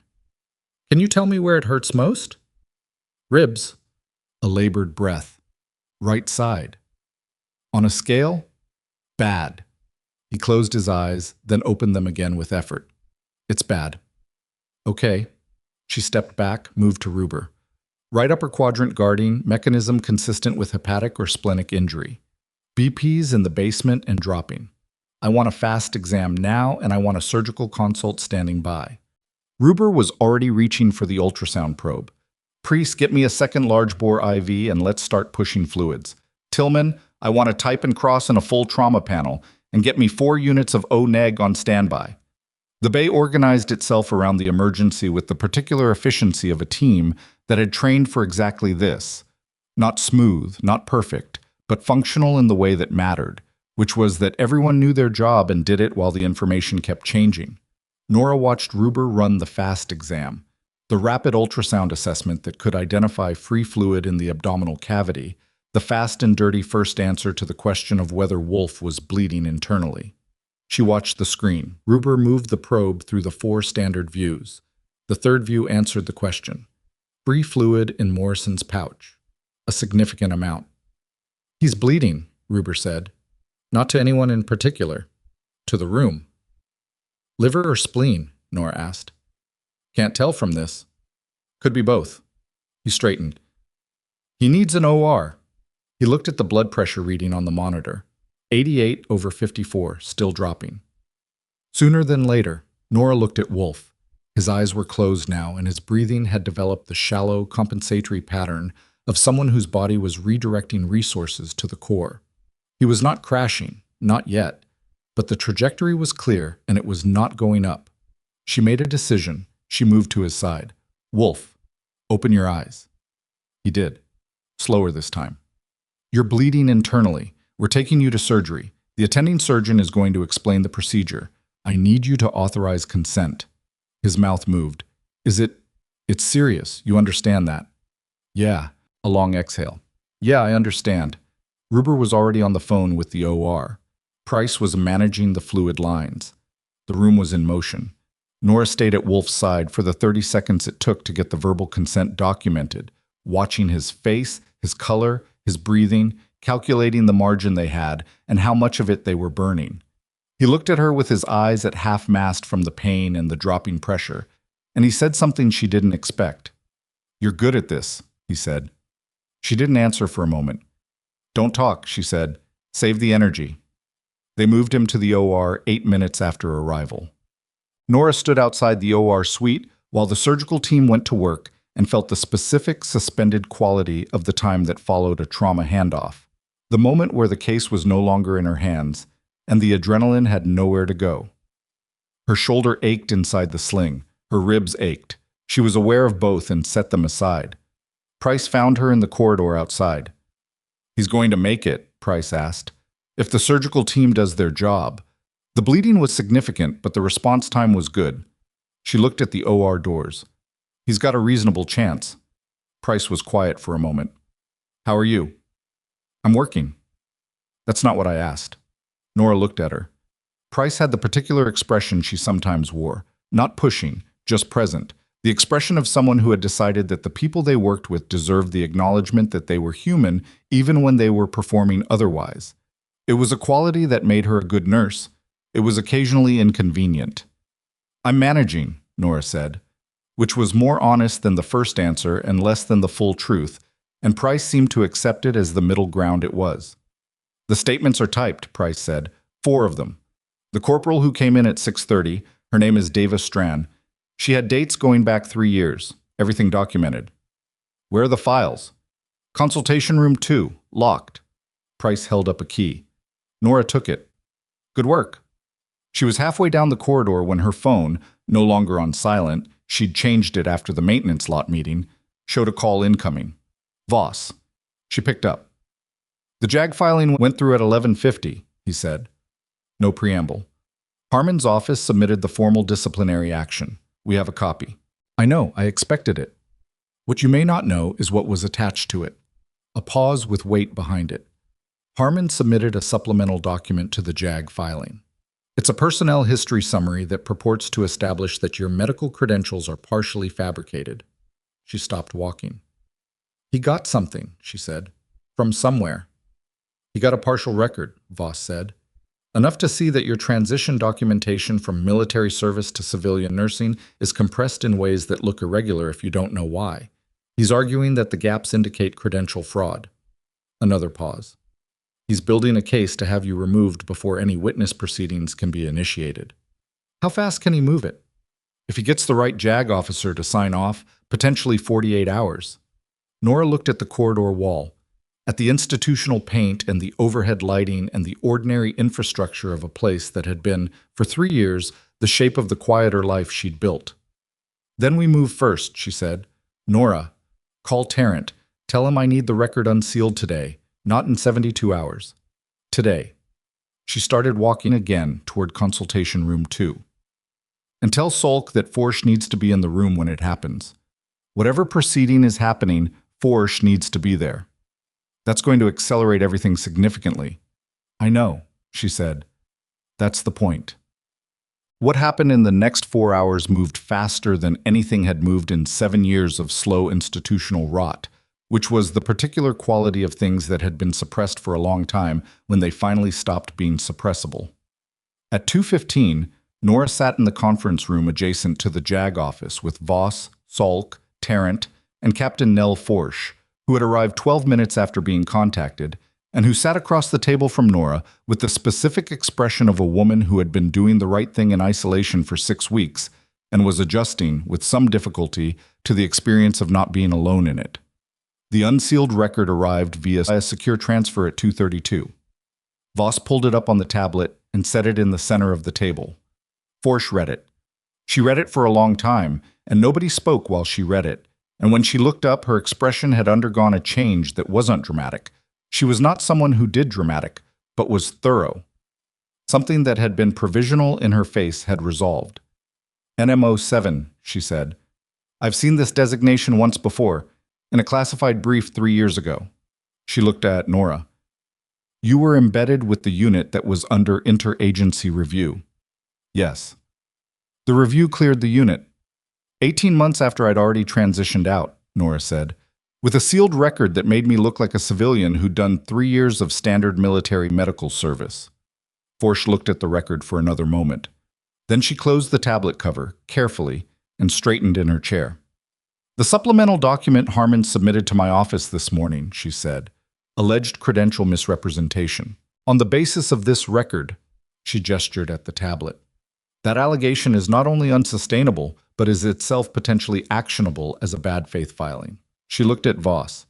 I'd like to formally withdraw the JAG proceeding against Miss Kale pending a review of the filing itself. That can be done today? Voss asked. It can be done in the next hour, Forsch said. I have that authority. She looked at Harmon's supplemental document on the table, a printed copy that Voss had brought. What I don't have the authority to do unilaterally is initiate proceedings against the officer who filed it. We do, Solk said. Forsch looked at her. 14 months of financial forensics, Solk said. Personnel management pattern across 7 installations. Harman is the local node, but not the only one. She opened her own file on the table.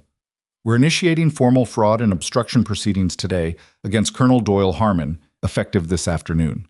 The personnel management violations, complaint suppression, retaliatory transfers, the infrastructure built to protect the financial operation, those become part of the same package. The room was quiet for a moment. 11 complaints, Forsch said, half to herself. 14, as of this morning, Nora said. Price has 4 typed statements in consultation room 2. There are at least 10 more soldiers who haven't come forward yet because they don't know yet that it's safe too. She looked at Forsch specifically. They need to know it's safe. From a JAG officer, not from me. Forsch held her gaze. I'll make that happen. Today. Today, Forsch confirmed. At 4:40 in the afternoon, Colonel Doyle Harman was informed by 2 members of Solk's team that he was under formal investigation for procurement fraud, obstruction of official proceedings, and abuse of command authority. The notification happened in his own office, at his own desk, with his aide present in the outer room and the door closed. He was instructed to surrender his access credentials, to have no further contact with personnel who had filed or were expected to file complaints, and to consider himself relieved of administrative authority pending the outcome of the investigation. Nora was not in the building when it happened. She was in the surgical waiting area, where she had been for the past 90 minutes, not because she was required to be there, but because she had found, after the conference room cleared and the formal processes were in motion and there was nothing left for her hands to do, that she needed somewhere to be that wasn't her quarters and wasn't the administrative wing and wasn't anywhere that carried the weight of the past several hours. The surgical waiting area was neutral. It smelled like bad coffee and floor cleaner. A television in the corner played a news channel on mute. There was one other person in the room, an older woman, a civilian, who was waiting on someone and who had the particular patience of someone who had waited in rooms like this before and knew there was nothing to do with the time but sit in it. Nora sat. She held her phone loosely in her good hand. She didn't check it. The surgeon came out at 5:07. Dr. Elena Favreau, the base's senior general surgeon, was a woman in her mid-50s who operated with a particular economy of motion and speech that Nora had always respected. She found Nora in this waiting area and sat down across from her. He's out, Favreau said. Hepatic laceration, grade 3. We repaired it without resection. He was lucky in terms of the specific vessel involvement. The bleed was significant but manageable with direct repair. She paused. He's going to have a recovery, 6 to 8 weeks minimum before he's back to any physical activity, but he's going to be fine. Nora let out a breath she'd been holding at a low, steady level for several hours. Good, she said. Favreau looked at her with a specific kind of clinical attention that surgeons sometimes directed at people they found interesting from a medical standpoint. I heard you ran the initial trauma assessment. Attending was Ruber. I directed. He told me your read on the mechanism, and the injury site was what got us the right pre-op information before he even touched the ultrasound. Favreau paused. He also said you did it with a fractured shoulder and a rib injury that should have had you on the other side of the bay. The job was the job, Nora said. Favreau looked at her for another moment. Then she nodded, once, and stood. He'll be in recovery for 2 hours. After that, if he's stable, he can have a brief visitor if there's medical reason. There isn't, Nora said. I'm not family. No, Favreau said. But you're the reason he's alive, which in my experience counts for something. She left. Nora sat in the waiting area for a few more minutes. The older woman across the room was looking at the muted television. The bad coffee smell was the same as it had always been. The fluorescent lights ran their permanent mild hum. She was thinking about Wolf in that moment, specifically about the gap between what he had done and what she had done, which was the gap that she was going to have to live with in the way you lived with any gap that didn't resolve cleanly. He had tried to end her career through intimidation, then through institutional manipulation, and in the final 30 seconds of a tournament match had attempted a technique that could have caused her serious and permanent injury. He had also just spent 4 hours on an operating table because of a training accident that had nothing to do with her, and she had run his trauma assessment with the same precision she brought to every assessment because she did not have in her the capacity to do otherwise, and she was not sure whether that said something about professionalism or about something more complicated than that. She didn't have an answer. She wasn't sure the question had one. Her phone lit up. Voss. Harmon's been notified. His access is suspended. There's going to be a formal announcement to base personnel tomorrow morning at 0800. Forsch is coordinating. She read it. Then, also, Wolf's personnel file is being reviewed as part of the complaint consolidation. The IAG wants your witness statement on record before the formal proceedings open. When can you come in? She typed back, tomorrow. Morning. A pause. Then, one more thing. Stran, the corporal who came in at 6:30 this morning. She's been in contact with 6 other soldiers who have complaints. They want to know if there's a formal intake process open. Nora looked at the message. She thought about Corporal Diva Stran waiting in a consultation room at 6:30 in the morning before the day shift had started, because she had decided the night before that something had to change and had shown up early enough to make sure she didn't miss her chance. Tell Forsch, she typed. It's a JAG matter now. Make sure they know they can go directly to her office. She pocketed the phone and stood. Her shoulder protested the movement. Her ribs made their position clear. She was tired in the specific accumulated way of someone who had been running on a combination of necessity and controlled adrenaline for more than 30 hours. And the necessity was now ebbing in the way it did when the immediate crisis had passed, and the longer-term weight began to settle in. She walked out of the surgical waiting area and down the corridor toward the main exit, intending to go back to her quarters and sleep for an uninterrupted 12 hours if her body would allow it. She was 10 feet from the main exit when the doors opened from outside. 2 people came in. Not Voss, not Salk, not anyone she had seen in the past 24 hours. They were in uniform, Army, senior grade, with the specific insignia configuration that Nora's eye landed on and processed before she had consciously decided to look. She recognized the unit patch on the left shoulder. She recognized it the way you recognize something you had spent years trying to put some distance from. Not with fear, not with relief, but with the particular sensation of a door opening that you had considered permanently closed. The taller of the two was a full colonel, female, somewhere in her mid-50s. She had the face of someone who spent most of her time in rooms where decisions had real-world consequences and had learned not to flinch at either the decisions or the consequences. She saw Nora in the corridor and stopped. "Nora Kale," she said. "Yes," Nora said. "I'm Colonel Petra Renault, USASOC Medical Command." She held out her credentials, not tentatively, not as a question, just as information. "We need to talk." "About what?" Nora asked, though some part of her already knew. "About you," Renault said. "About what happened in that surgical bay this afternoon. And about a position that's been sitting open for 14 months because we haven't found anyone qualified to fill it." Nora looked at her. Then she looked past her, briefly, at the darkening evening outside the medical center windows. The base settling into its evening routine, soldiers moving between buildings. The ordinary life of an installation that was going to wake up tomorrow to a fundamentally different version of itself. "I just worked a 40-hour stretch," Nora said. "My shoulder has a fracture in it and my ribs are in bad shape." I know, Renault said. Can this wait until morning? Renault considered. If it has to. It has to, Nora said. She started for the exit again. Ms. Kael, Renault said. Nora stopped but didn't turn. The position involves classified field operations, advanced trauma protocols, and personnel that we don't usually discuss in buildings without security clearance. A pause. Your record, the full record, which I have clearance to read, makes you the most qualified person we've identified in 2 years of searching. Nora stood with her hand on the door. I said morning, she said, and pushed through. Outside, the cold hit her immediately.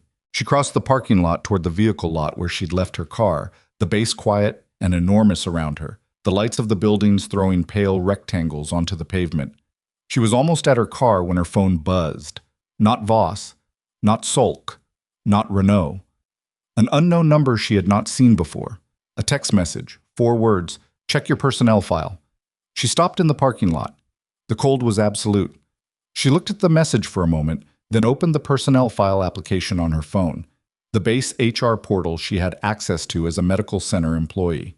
She navigated to her file, to the summary page. The civilian credential section that had, 24 hours ago, been the only visible record of her history at this installation. The deliberately constructed, deliberately incomplete record that Harmon had tried to weaponize against her had been updated. In its place was a single line, record under reclassification review, full personnel history pending official unsealing. And below it, a case number she recognized. It was the same case number that had been on the document slid under her door the night before, the one with the unit designation that Voss had said shouldn't exist outside a skiff. Someone had accessed her file before Voss's team had initiated the formal unsealing, before Salk's proceedings. Before Renault and USASOC Medical Command arrived at the front door of Harwick Military Medical Center, someone had moved first, and standing in a parking lot in the Wyoming cold with a fractured shoulder and a phone in her hand, Nora understood that the thing she thought she had been managing, the careful, documented, intentional process she had set in motion, had been running parallel to something else entirely, something with its own timeline and its own purpose. And she did not yet know whether that second thing was aligned with her or whether she had simply been a useful variable in someone else's equation. Her breath made small clouds in the air. She looked at the case number for a long time. Then she looked up at the base around her, the buildings, the lights, the perimeter road where Wolf had gone through a rollover this morning, the gymnasium where everything had started. And she understood that the part of this she had controlled was a smaller part than she'd thought, and the part she didn't yet understand was considerably larger. And whatever Renault wanted to discuss in the morning was not, she now suspected, simply a job offer. She stood in the parking lot for another full minute after that, the phone in her hand, the case number on the screen, the cold working through her jacket in the methodical way that Wyoming cold did when you stopped moving long enough to let it. Then she made a decision. She called Tarrant. He picked up on the second ring, which meant he had been expecting the call or had been waiting near his phone, and neither option was particularly reassuring. The case number on the document that was slid under my door, she said. It's in my personnel file. Someone accessed my HR record and added it before your team initiated the formal unsealing. A pause. Not a long one, but long enough. I know, Tarrant said. You want to explain that. In person. Tomorrow morning before you meet with Renault. Another pause. Don't call Voss tonight. Don't call Salk. Get some sleep if you can. It's going to be a long day, and most of what you're worried about right now is going to look different once I explain it. That's not reassuring, Tarrant. I know it isn't. He said it without apology, which was the thing about him she had always found both irritating and trustworthy. He didn't sell comfort. He couldn't back up. 7 a.m., consultation room 2. Your medical center. I'll be there before you. She hung up, got in her car, drove back to her quarters in the dark, the base passing around her in its nighttime register. Quieter, the edges softened by cold and low light, the kind of institutional stillness that made it easy to forget that institutions were full of people making decisions that other people had to live inside. She ate something she didn't taste, got out of her clothes with the patience the sling required, lay down. She slept for 9 hours, which surprised her. Tarrant was already in consultation room 2 when she arrived at 6:58. He had 2 cups of coffee from somewhere, which was a more considerate gesture than she'd expected from him, and he was sitting with his hands flat on the table and the look of a man who had organized his thoughts overnight and was ready to deliver them. She sat, took one of the cups. "The case number," she said, "was placed in your file by someone inside the DoD records management system who has been tracking your situation for approximately 4 months," he said. "Not my team, not Sulks, not Voss's. A fourth party." "How many parties are working this installation?" "As of yesterday, 4. He held up a hand. "Let me give you the architecture before you react to it, because it's more coherent than it sounds." He turned his tablet toward her. 14 months ago, Sulk's fraud review identified the procurement network. 11 months ago, Voss's IG office flagged the personnel suppression pattern independently.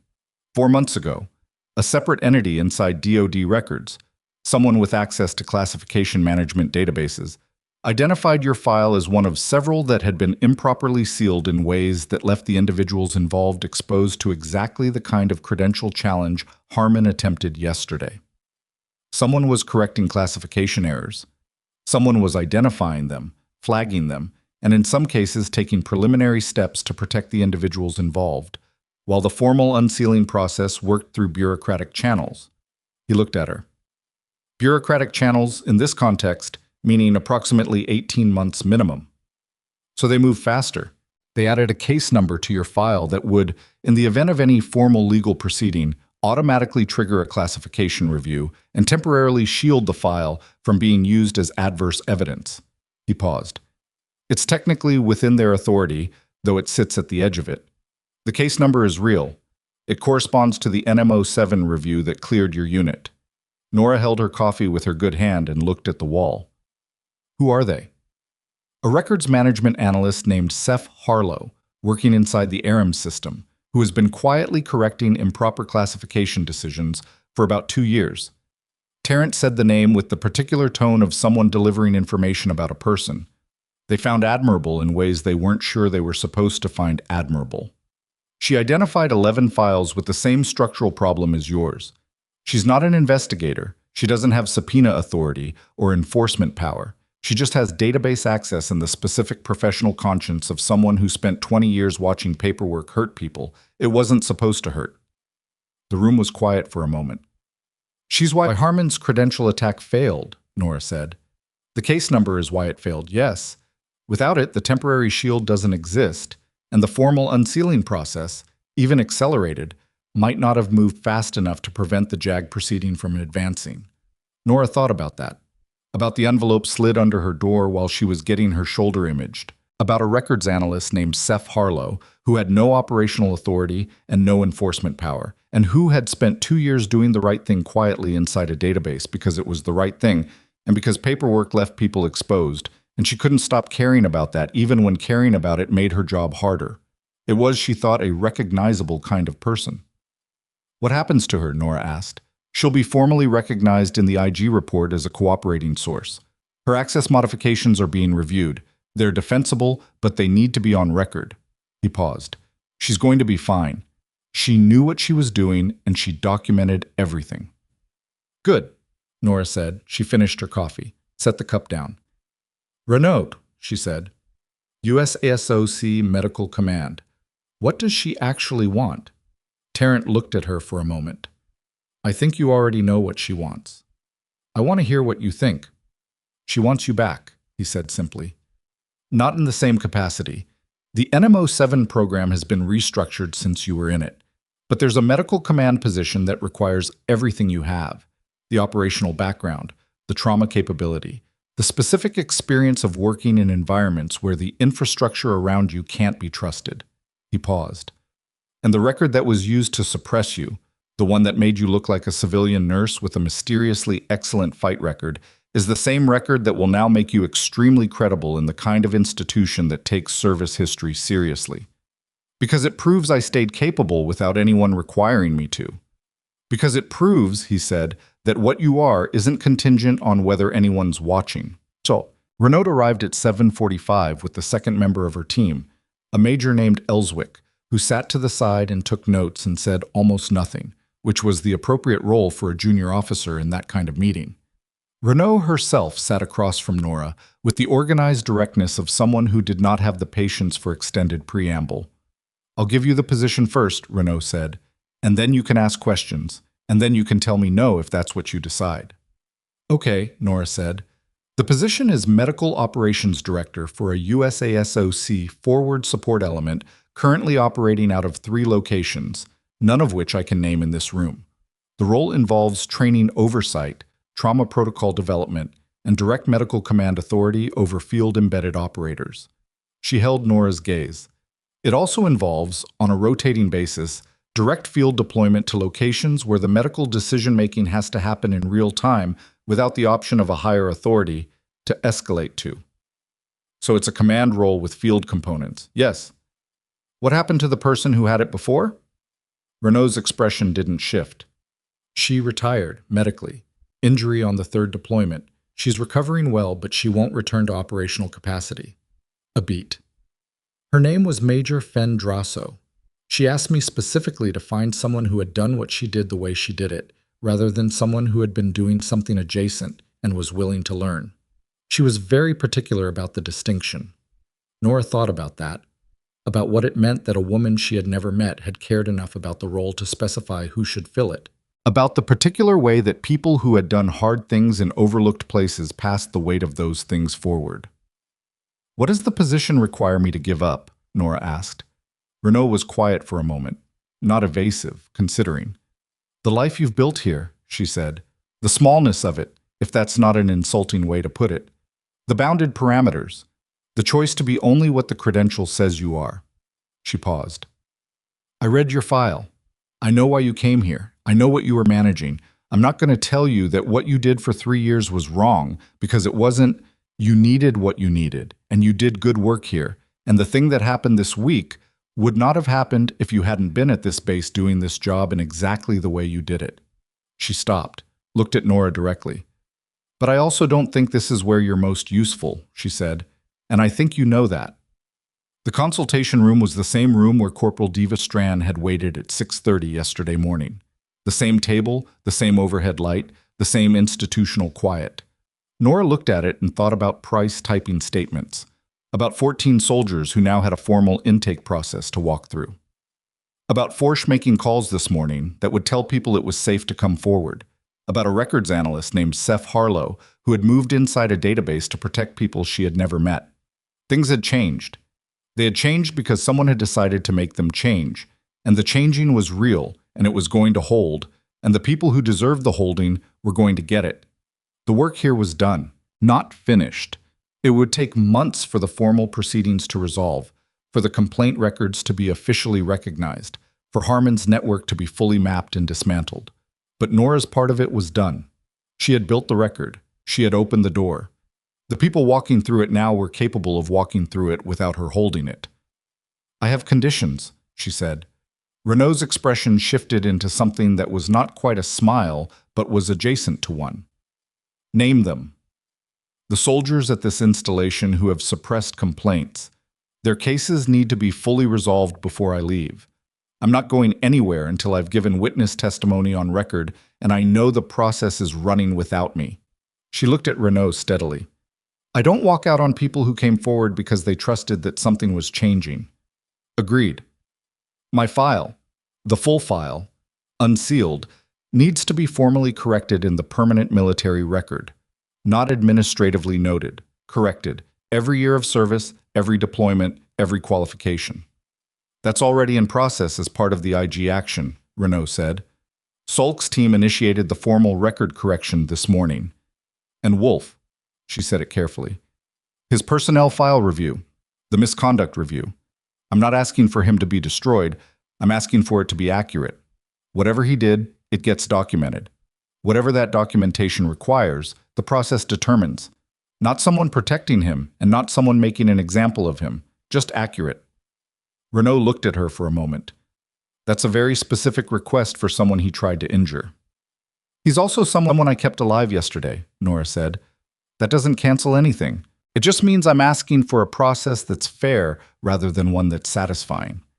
"I can't control the JAG process," Renaud said, But I can ensure that USASOC doesn't add pressure to the outcome in either direction. She paused. That the most I can offer.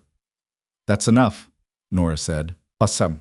The formal announcement to base personnel happened at 800 hours in the main briefing hall, which held 300 and had people standing in the corridors outside listening through the open doors. Voss delivered the official language: active investigation, administrative suspension of base command authority. Pending findings. Formal intake process now open for complaint submissions. JAG office designated as primary contact. He delivered it in the measured institutional tone of official proceedings, which meant that the facts were clear and the implications were left to the individuals in the room to absorb. Nora stood at the back and watched the room absorb them. It was not the dramatic moment that stories sometimes made these moments into. People didn't cheer. Nobody broke into applause. What happened was quieter and more substantial. A shift in the room, visible in the posture of the people who had been carrying something heavy. The slight change in how they held their shoulders. The particular way some of them looked at each other when Voss said, "Formal intake process now open," which was the sentence that mattered most. Davis Strand was in the third row. Nora could see her from the back. She was sitting upright with her hands in her lap and her jaw set, and she did not look triumphant. She looked like someone who had just seen the edge of something she'd been afraid might not exist and was not yet willing to believe it was real. That was the appropriate response. Belief in the process had to be earned back slowly, by the process actually working, and that was going to take months and it was not going to be clean. But it was started. The starting was real. After the announcement, Forsch set up a formal intake station outside the JAG office. By noon, she had received 8 formal statements. By the end of the day, the number would be 19. Nora gave her own witness statement to Voss's team at 10 a.m. in a room with a court reporter and a formal record established. She spoke for 2 hours and 40 minutes. She covered everything she had documented: dates, names, the specific chain of administrative actions that had been used to suppress complaints and protect the financial operation underneath them. She covered the note slid under her door. She covered Harmon's offer in his office. She was specific and she was accurate, and when she didn't know something for certain, she said she didn't know it for certain, because the precision mattered more than the completeness, and a record with acknowledged gaps was more durable than one without them. When it was over, the court reporter closed her transcription equipment, and the Voss team member across the table said, "Thank you," with the particular weight of someone who meant it beyond professional courtesy. "Is it enough?" Nora asked. "More than enough," he said. Combined with the financial forensics and the complaint statements, it's a complete package. Federal prosecutor's office has already been in contact. Federal. She hadn't known it had reached that level, though she perhaps should have. Harmon, she said, will be formally charged within the week. The procurement network, the larger one, across the other 6 installations, is going to take longer. But this is the thread that unraveled it. He paused. It unraveled because you pulled it. She thought about that on the walk back to the medical center, about what it meant to be the thread puller in a situation where the thread had been sitting there for 7 years, about the years of it. The people who had filed complaints that disappeared, who had tried to use the process and found the process locked, who had eventually stopped trying because the cost of trying kept coming back higher than the return. She had pulled the thread, and it mattered. And it also was not something she could take clean credit for, because the thread had been pullable only because Forsch had been making notes in her JAG file for 6 weeks, and because Seth Harlow had been moving inside a database for 2 years, and because Davis Strand had set an alarm for 5:30 in the morning and come to the medical center before the day shift started, and because Price had unlocked consultation room 2 and typed 4 statements and known, without being told, that the statements mattered. The thread was a collective thing. She had been one hand on it.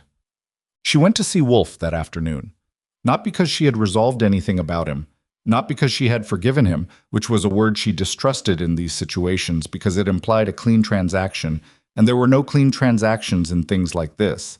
She went because she was someone who looked at incomplete things directly rather than avoiding them, and her relationship to Garrett Wolf was deeply incomplete, and she wasn't going to pretend otherwise. He was in the recovery ward, in a private room, sitting up at about 45 degrees, with the slightly diminished quality of a person whose body had been through a significant event and had not yet recalibrated. The injury had taken something from the surface of him, The particular physical authority he had always occupied space with had pulled back, the way it did in everyone who spent time on the recovering end of a medical event. He looked smaller, not weak, just human in a way he hadn't let himself look before. He saw her come in. He didn't look away. She sat in the chair beside the bed. The room was quiet. Outside the window, the base was moving through its late afternoon routine. Favreau told me who ran the initial assessment, he said. Ruber ran it. I directed. She said it was you. He paused. Why? It was the wrong question, or maybe the most important question, and she sat with it for a moment before answering. Because that's what I do, she said. It wasn't a decision. He looked at the ceiling for a moment. She watched his jaw work, the expression of a man chewing on something he hadn't expected to need to swallow. I spent 3 years at this base telling myself the nurse was just the nurse, he said. That you were background, that you didn't matter to how things worked. I know. I was wrong about all of it. He said it without the softening language people often used when admitting something that cost them. Just the statement, flat. The intimidation, the note, trying to use your contract renewal. He stopped. The technique in the final, that was... He stopped again. Illegal, she said. Yeah. The room was quiet for a beat. I'm going to be asked to provide a statement about your conduct in the match, she said. I'll say what happened accurately. The illegal technique is documented by 3 witnesses. That's going to be part of your personnel review. I know. He didn't flinch from it. I know about the review. Harmon's investigation. I've been told what it involves. He looked at her. I didn't know about the procurement operation. I want to be clear about that. The review will determine that, she said. That's not my call. No. He exhaled. No, it's not. A long pause. The complaints against me, the ones that got suppressed, I knew some of them existed. I told myself they were soldiers who couldn't handle hard training. He stopped. I told myself that for 3 years. Nora looked at him. She thought about what she wanted to say, about the soldiers who had come forward, about what it had cost them, about the years of being told the problem was them. She thought about Deva Strand's 3 years of documented complaints going nowhere. She thought about what she actually wanted Wolf to carry out of this room. The soldiers whose complaints were suppressed, she said. Some of them are going to be okay because the process is running now.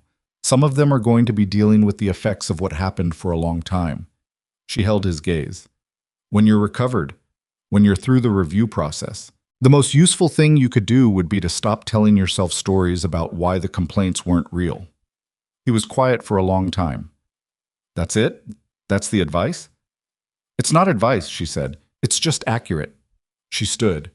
Her ribs made their usual statement about the movement. She picked up her bag. Kael, he said. She stopped. I'm sorry, he said. Just that. No elaboration, no contextual, no protective language around it. She looked at him once more. He looked like a man who meant it and knew that meaning it didn't fix the years it hadn't been true. I know, she said, and left. The day she left Caldwell was 3 weeks later, which was the time it took for her witness testimony to be fully entered into the formal record, for the initial round of complaint statements to be officially processed through the JAG intake, and for the IG report's preliminary findings to be issued, which they were, on a Tuesday morning, in a 23-page document that named Harmon, by rank and full name, and detailed the procurement, fraud, and personnel suppression network in language that was dry and precise and devastating in the way that official documents were devastating when the facts they contained were bad enough. The federal prosecutor's office filed charges against Harmon 2 days after the preliminary findings. Obstruction of official proceedings, fraud against the United States government, abuse of command authority. The full list ran to 7 counts. His access credentials had been suspended weeks earlier. Now his rank was formally under review and would not survive the proceedings. He would not be the last person charged. 3 of the 7 installations in the procurement network were under simultaneous audit, and the contractor entities involved were facing a separate federal review. The system that had run for 7 years on the quiet confidence that it could not be touched had been touched. It was coming apart the way these things came apart, when the right combination of pressure and evidence and people who refused to be managed finally reached critical mass. Not all at once, not cleanly, but irreversibly. On the day the preliminary findings were issued, Forsch called Nora's phone. 19 formal complaint statements, she said, all in the record, all being formally reviewed. The soldiers who filed them have been officially notified that their complaints are active and will receive full responses. How many were retaliatory write-ups in their files? Nora asked. 14. We're initiating the correction process on all 14. A pause. It's going to take time, but it's going to happen. Good, Nora said. I also wanted to tell you. Forsch stopped. Started again. 6 weeks ago, I almost put in a transfer request. I had drafted it. I thought it was the only option. Another pause. I'm glad I didn't. Nora thought about what to say to that. She settled on the truth. I'm glad you didn't either, she said. You're good at this. Don't let anyone convince you otherwise. She packed her quarters that afternoon. It didn't take long. She had never accumulated much. The documentation files she transferred to Voss's team, the 3 pages of handwritten records she kept, because they were hers in a way that the formal evidence was not, because they were the records she had made for herself in the specific knowledge that systems could fail, and the human habit of writing things down was older and more reliable than the systems that were supposed to make it unnecessary. Priest came by while she was loading the last box into her car. You don't have to look like it's fine, Price said. I know. Nora closed the trunk. The afternoon was cold in the specific October way she had now spent 3 autumns learning. It is mostly fine. That's different from all fine. Most things are. She turned to look at Price. The younger woman had the expression of someone keeping a careful lid on something she was not sure she was allowed to express, which was a recognizable expression from enough goodbyes. You're going to be the best nurse in that trauma wing by next year, Nora said. You already know more than you give yourself credit for. Stop asking for permission to use it. Priest's expression cracked slightly. She pulled it back. That's a very nurse mentor of you.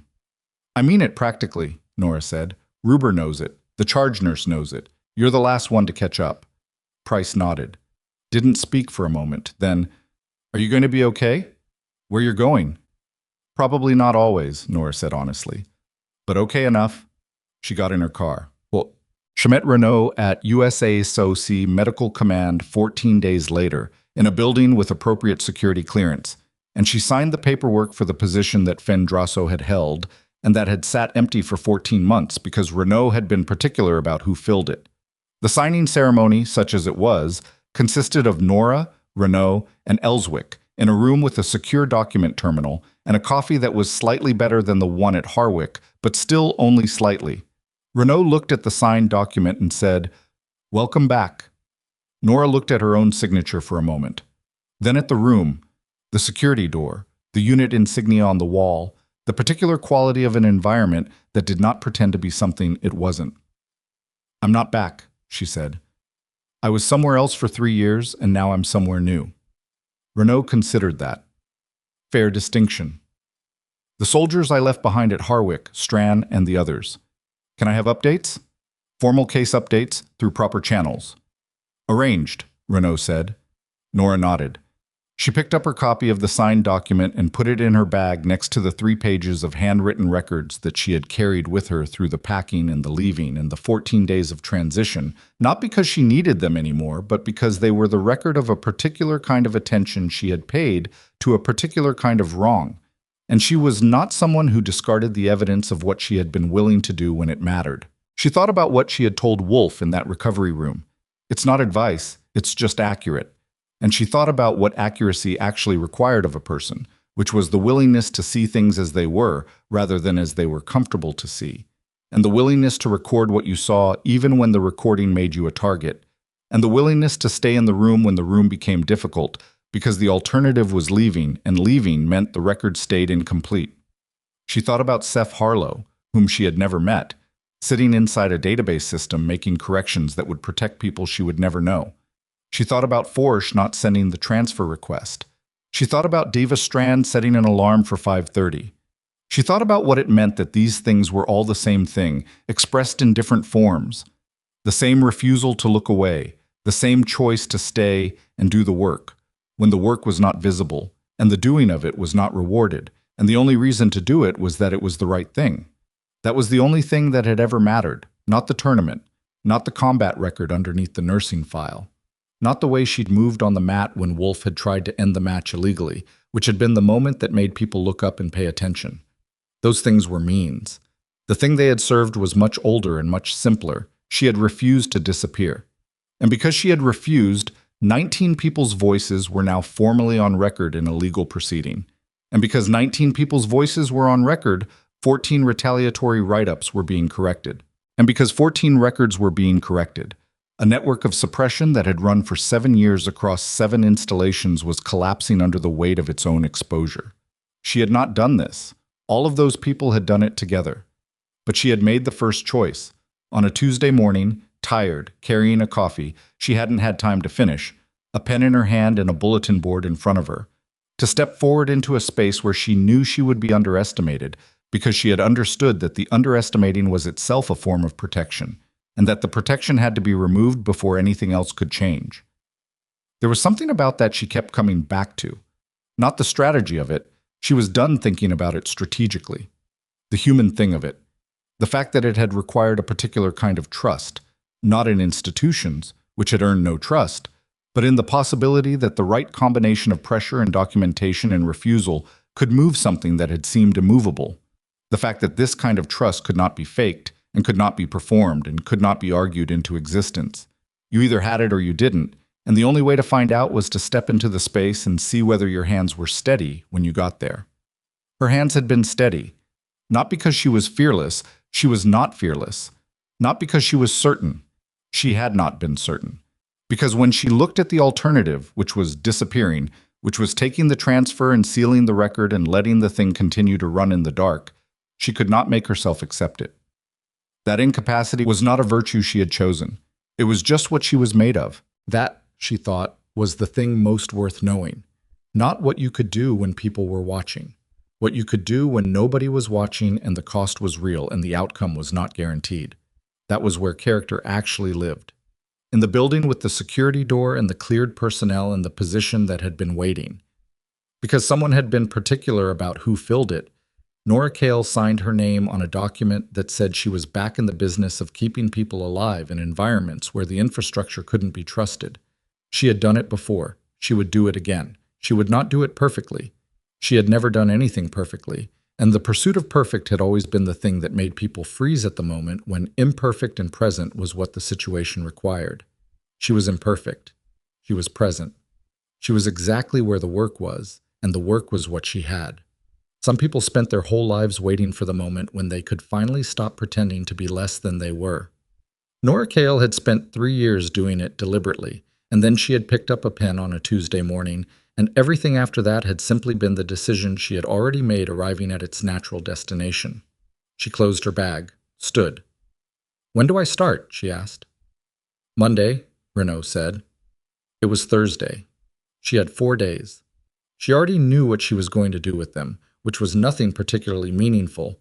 Sleep, eat food that wasn't hospital cafeteria food, go for runs that were still slower than she wanted because of the shoulder, sit in the particular silence of a person who has been in motion for a long time and is allowing themselves, briefly, to be still. And then Monday would come, and the work would begin again. And she would bring to it everything she had always brought, which was not grace, which was not certainty, which was not the guarantee of a good outcome, but the specific and unquantifiable quality of a person who had decided, a long time ago, that being underestimated was a choice other people made, and disappearing was a choice she never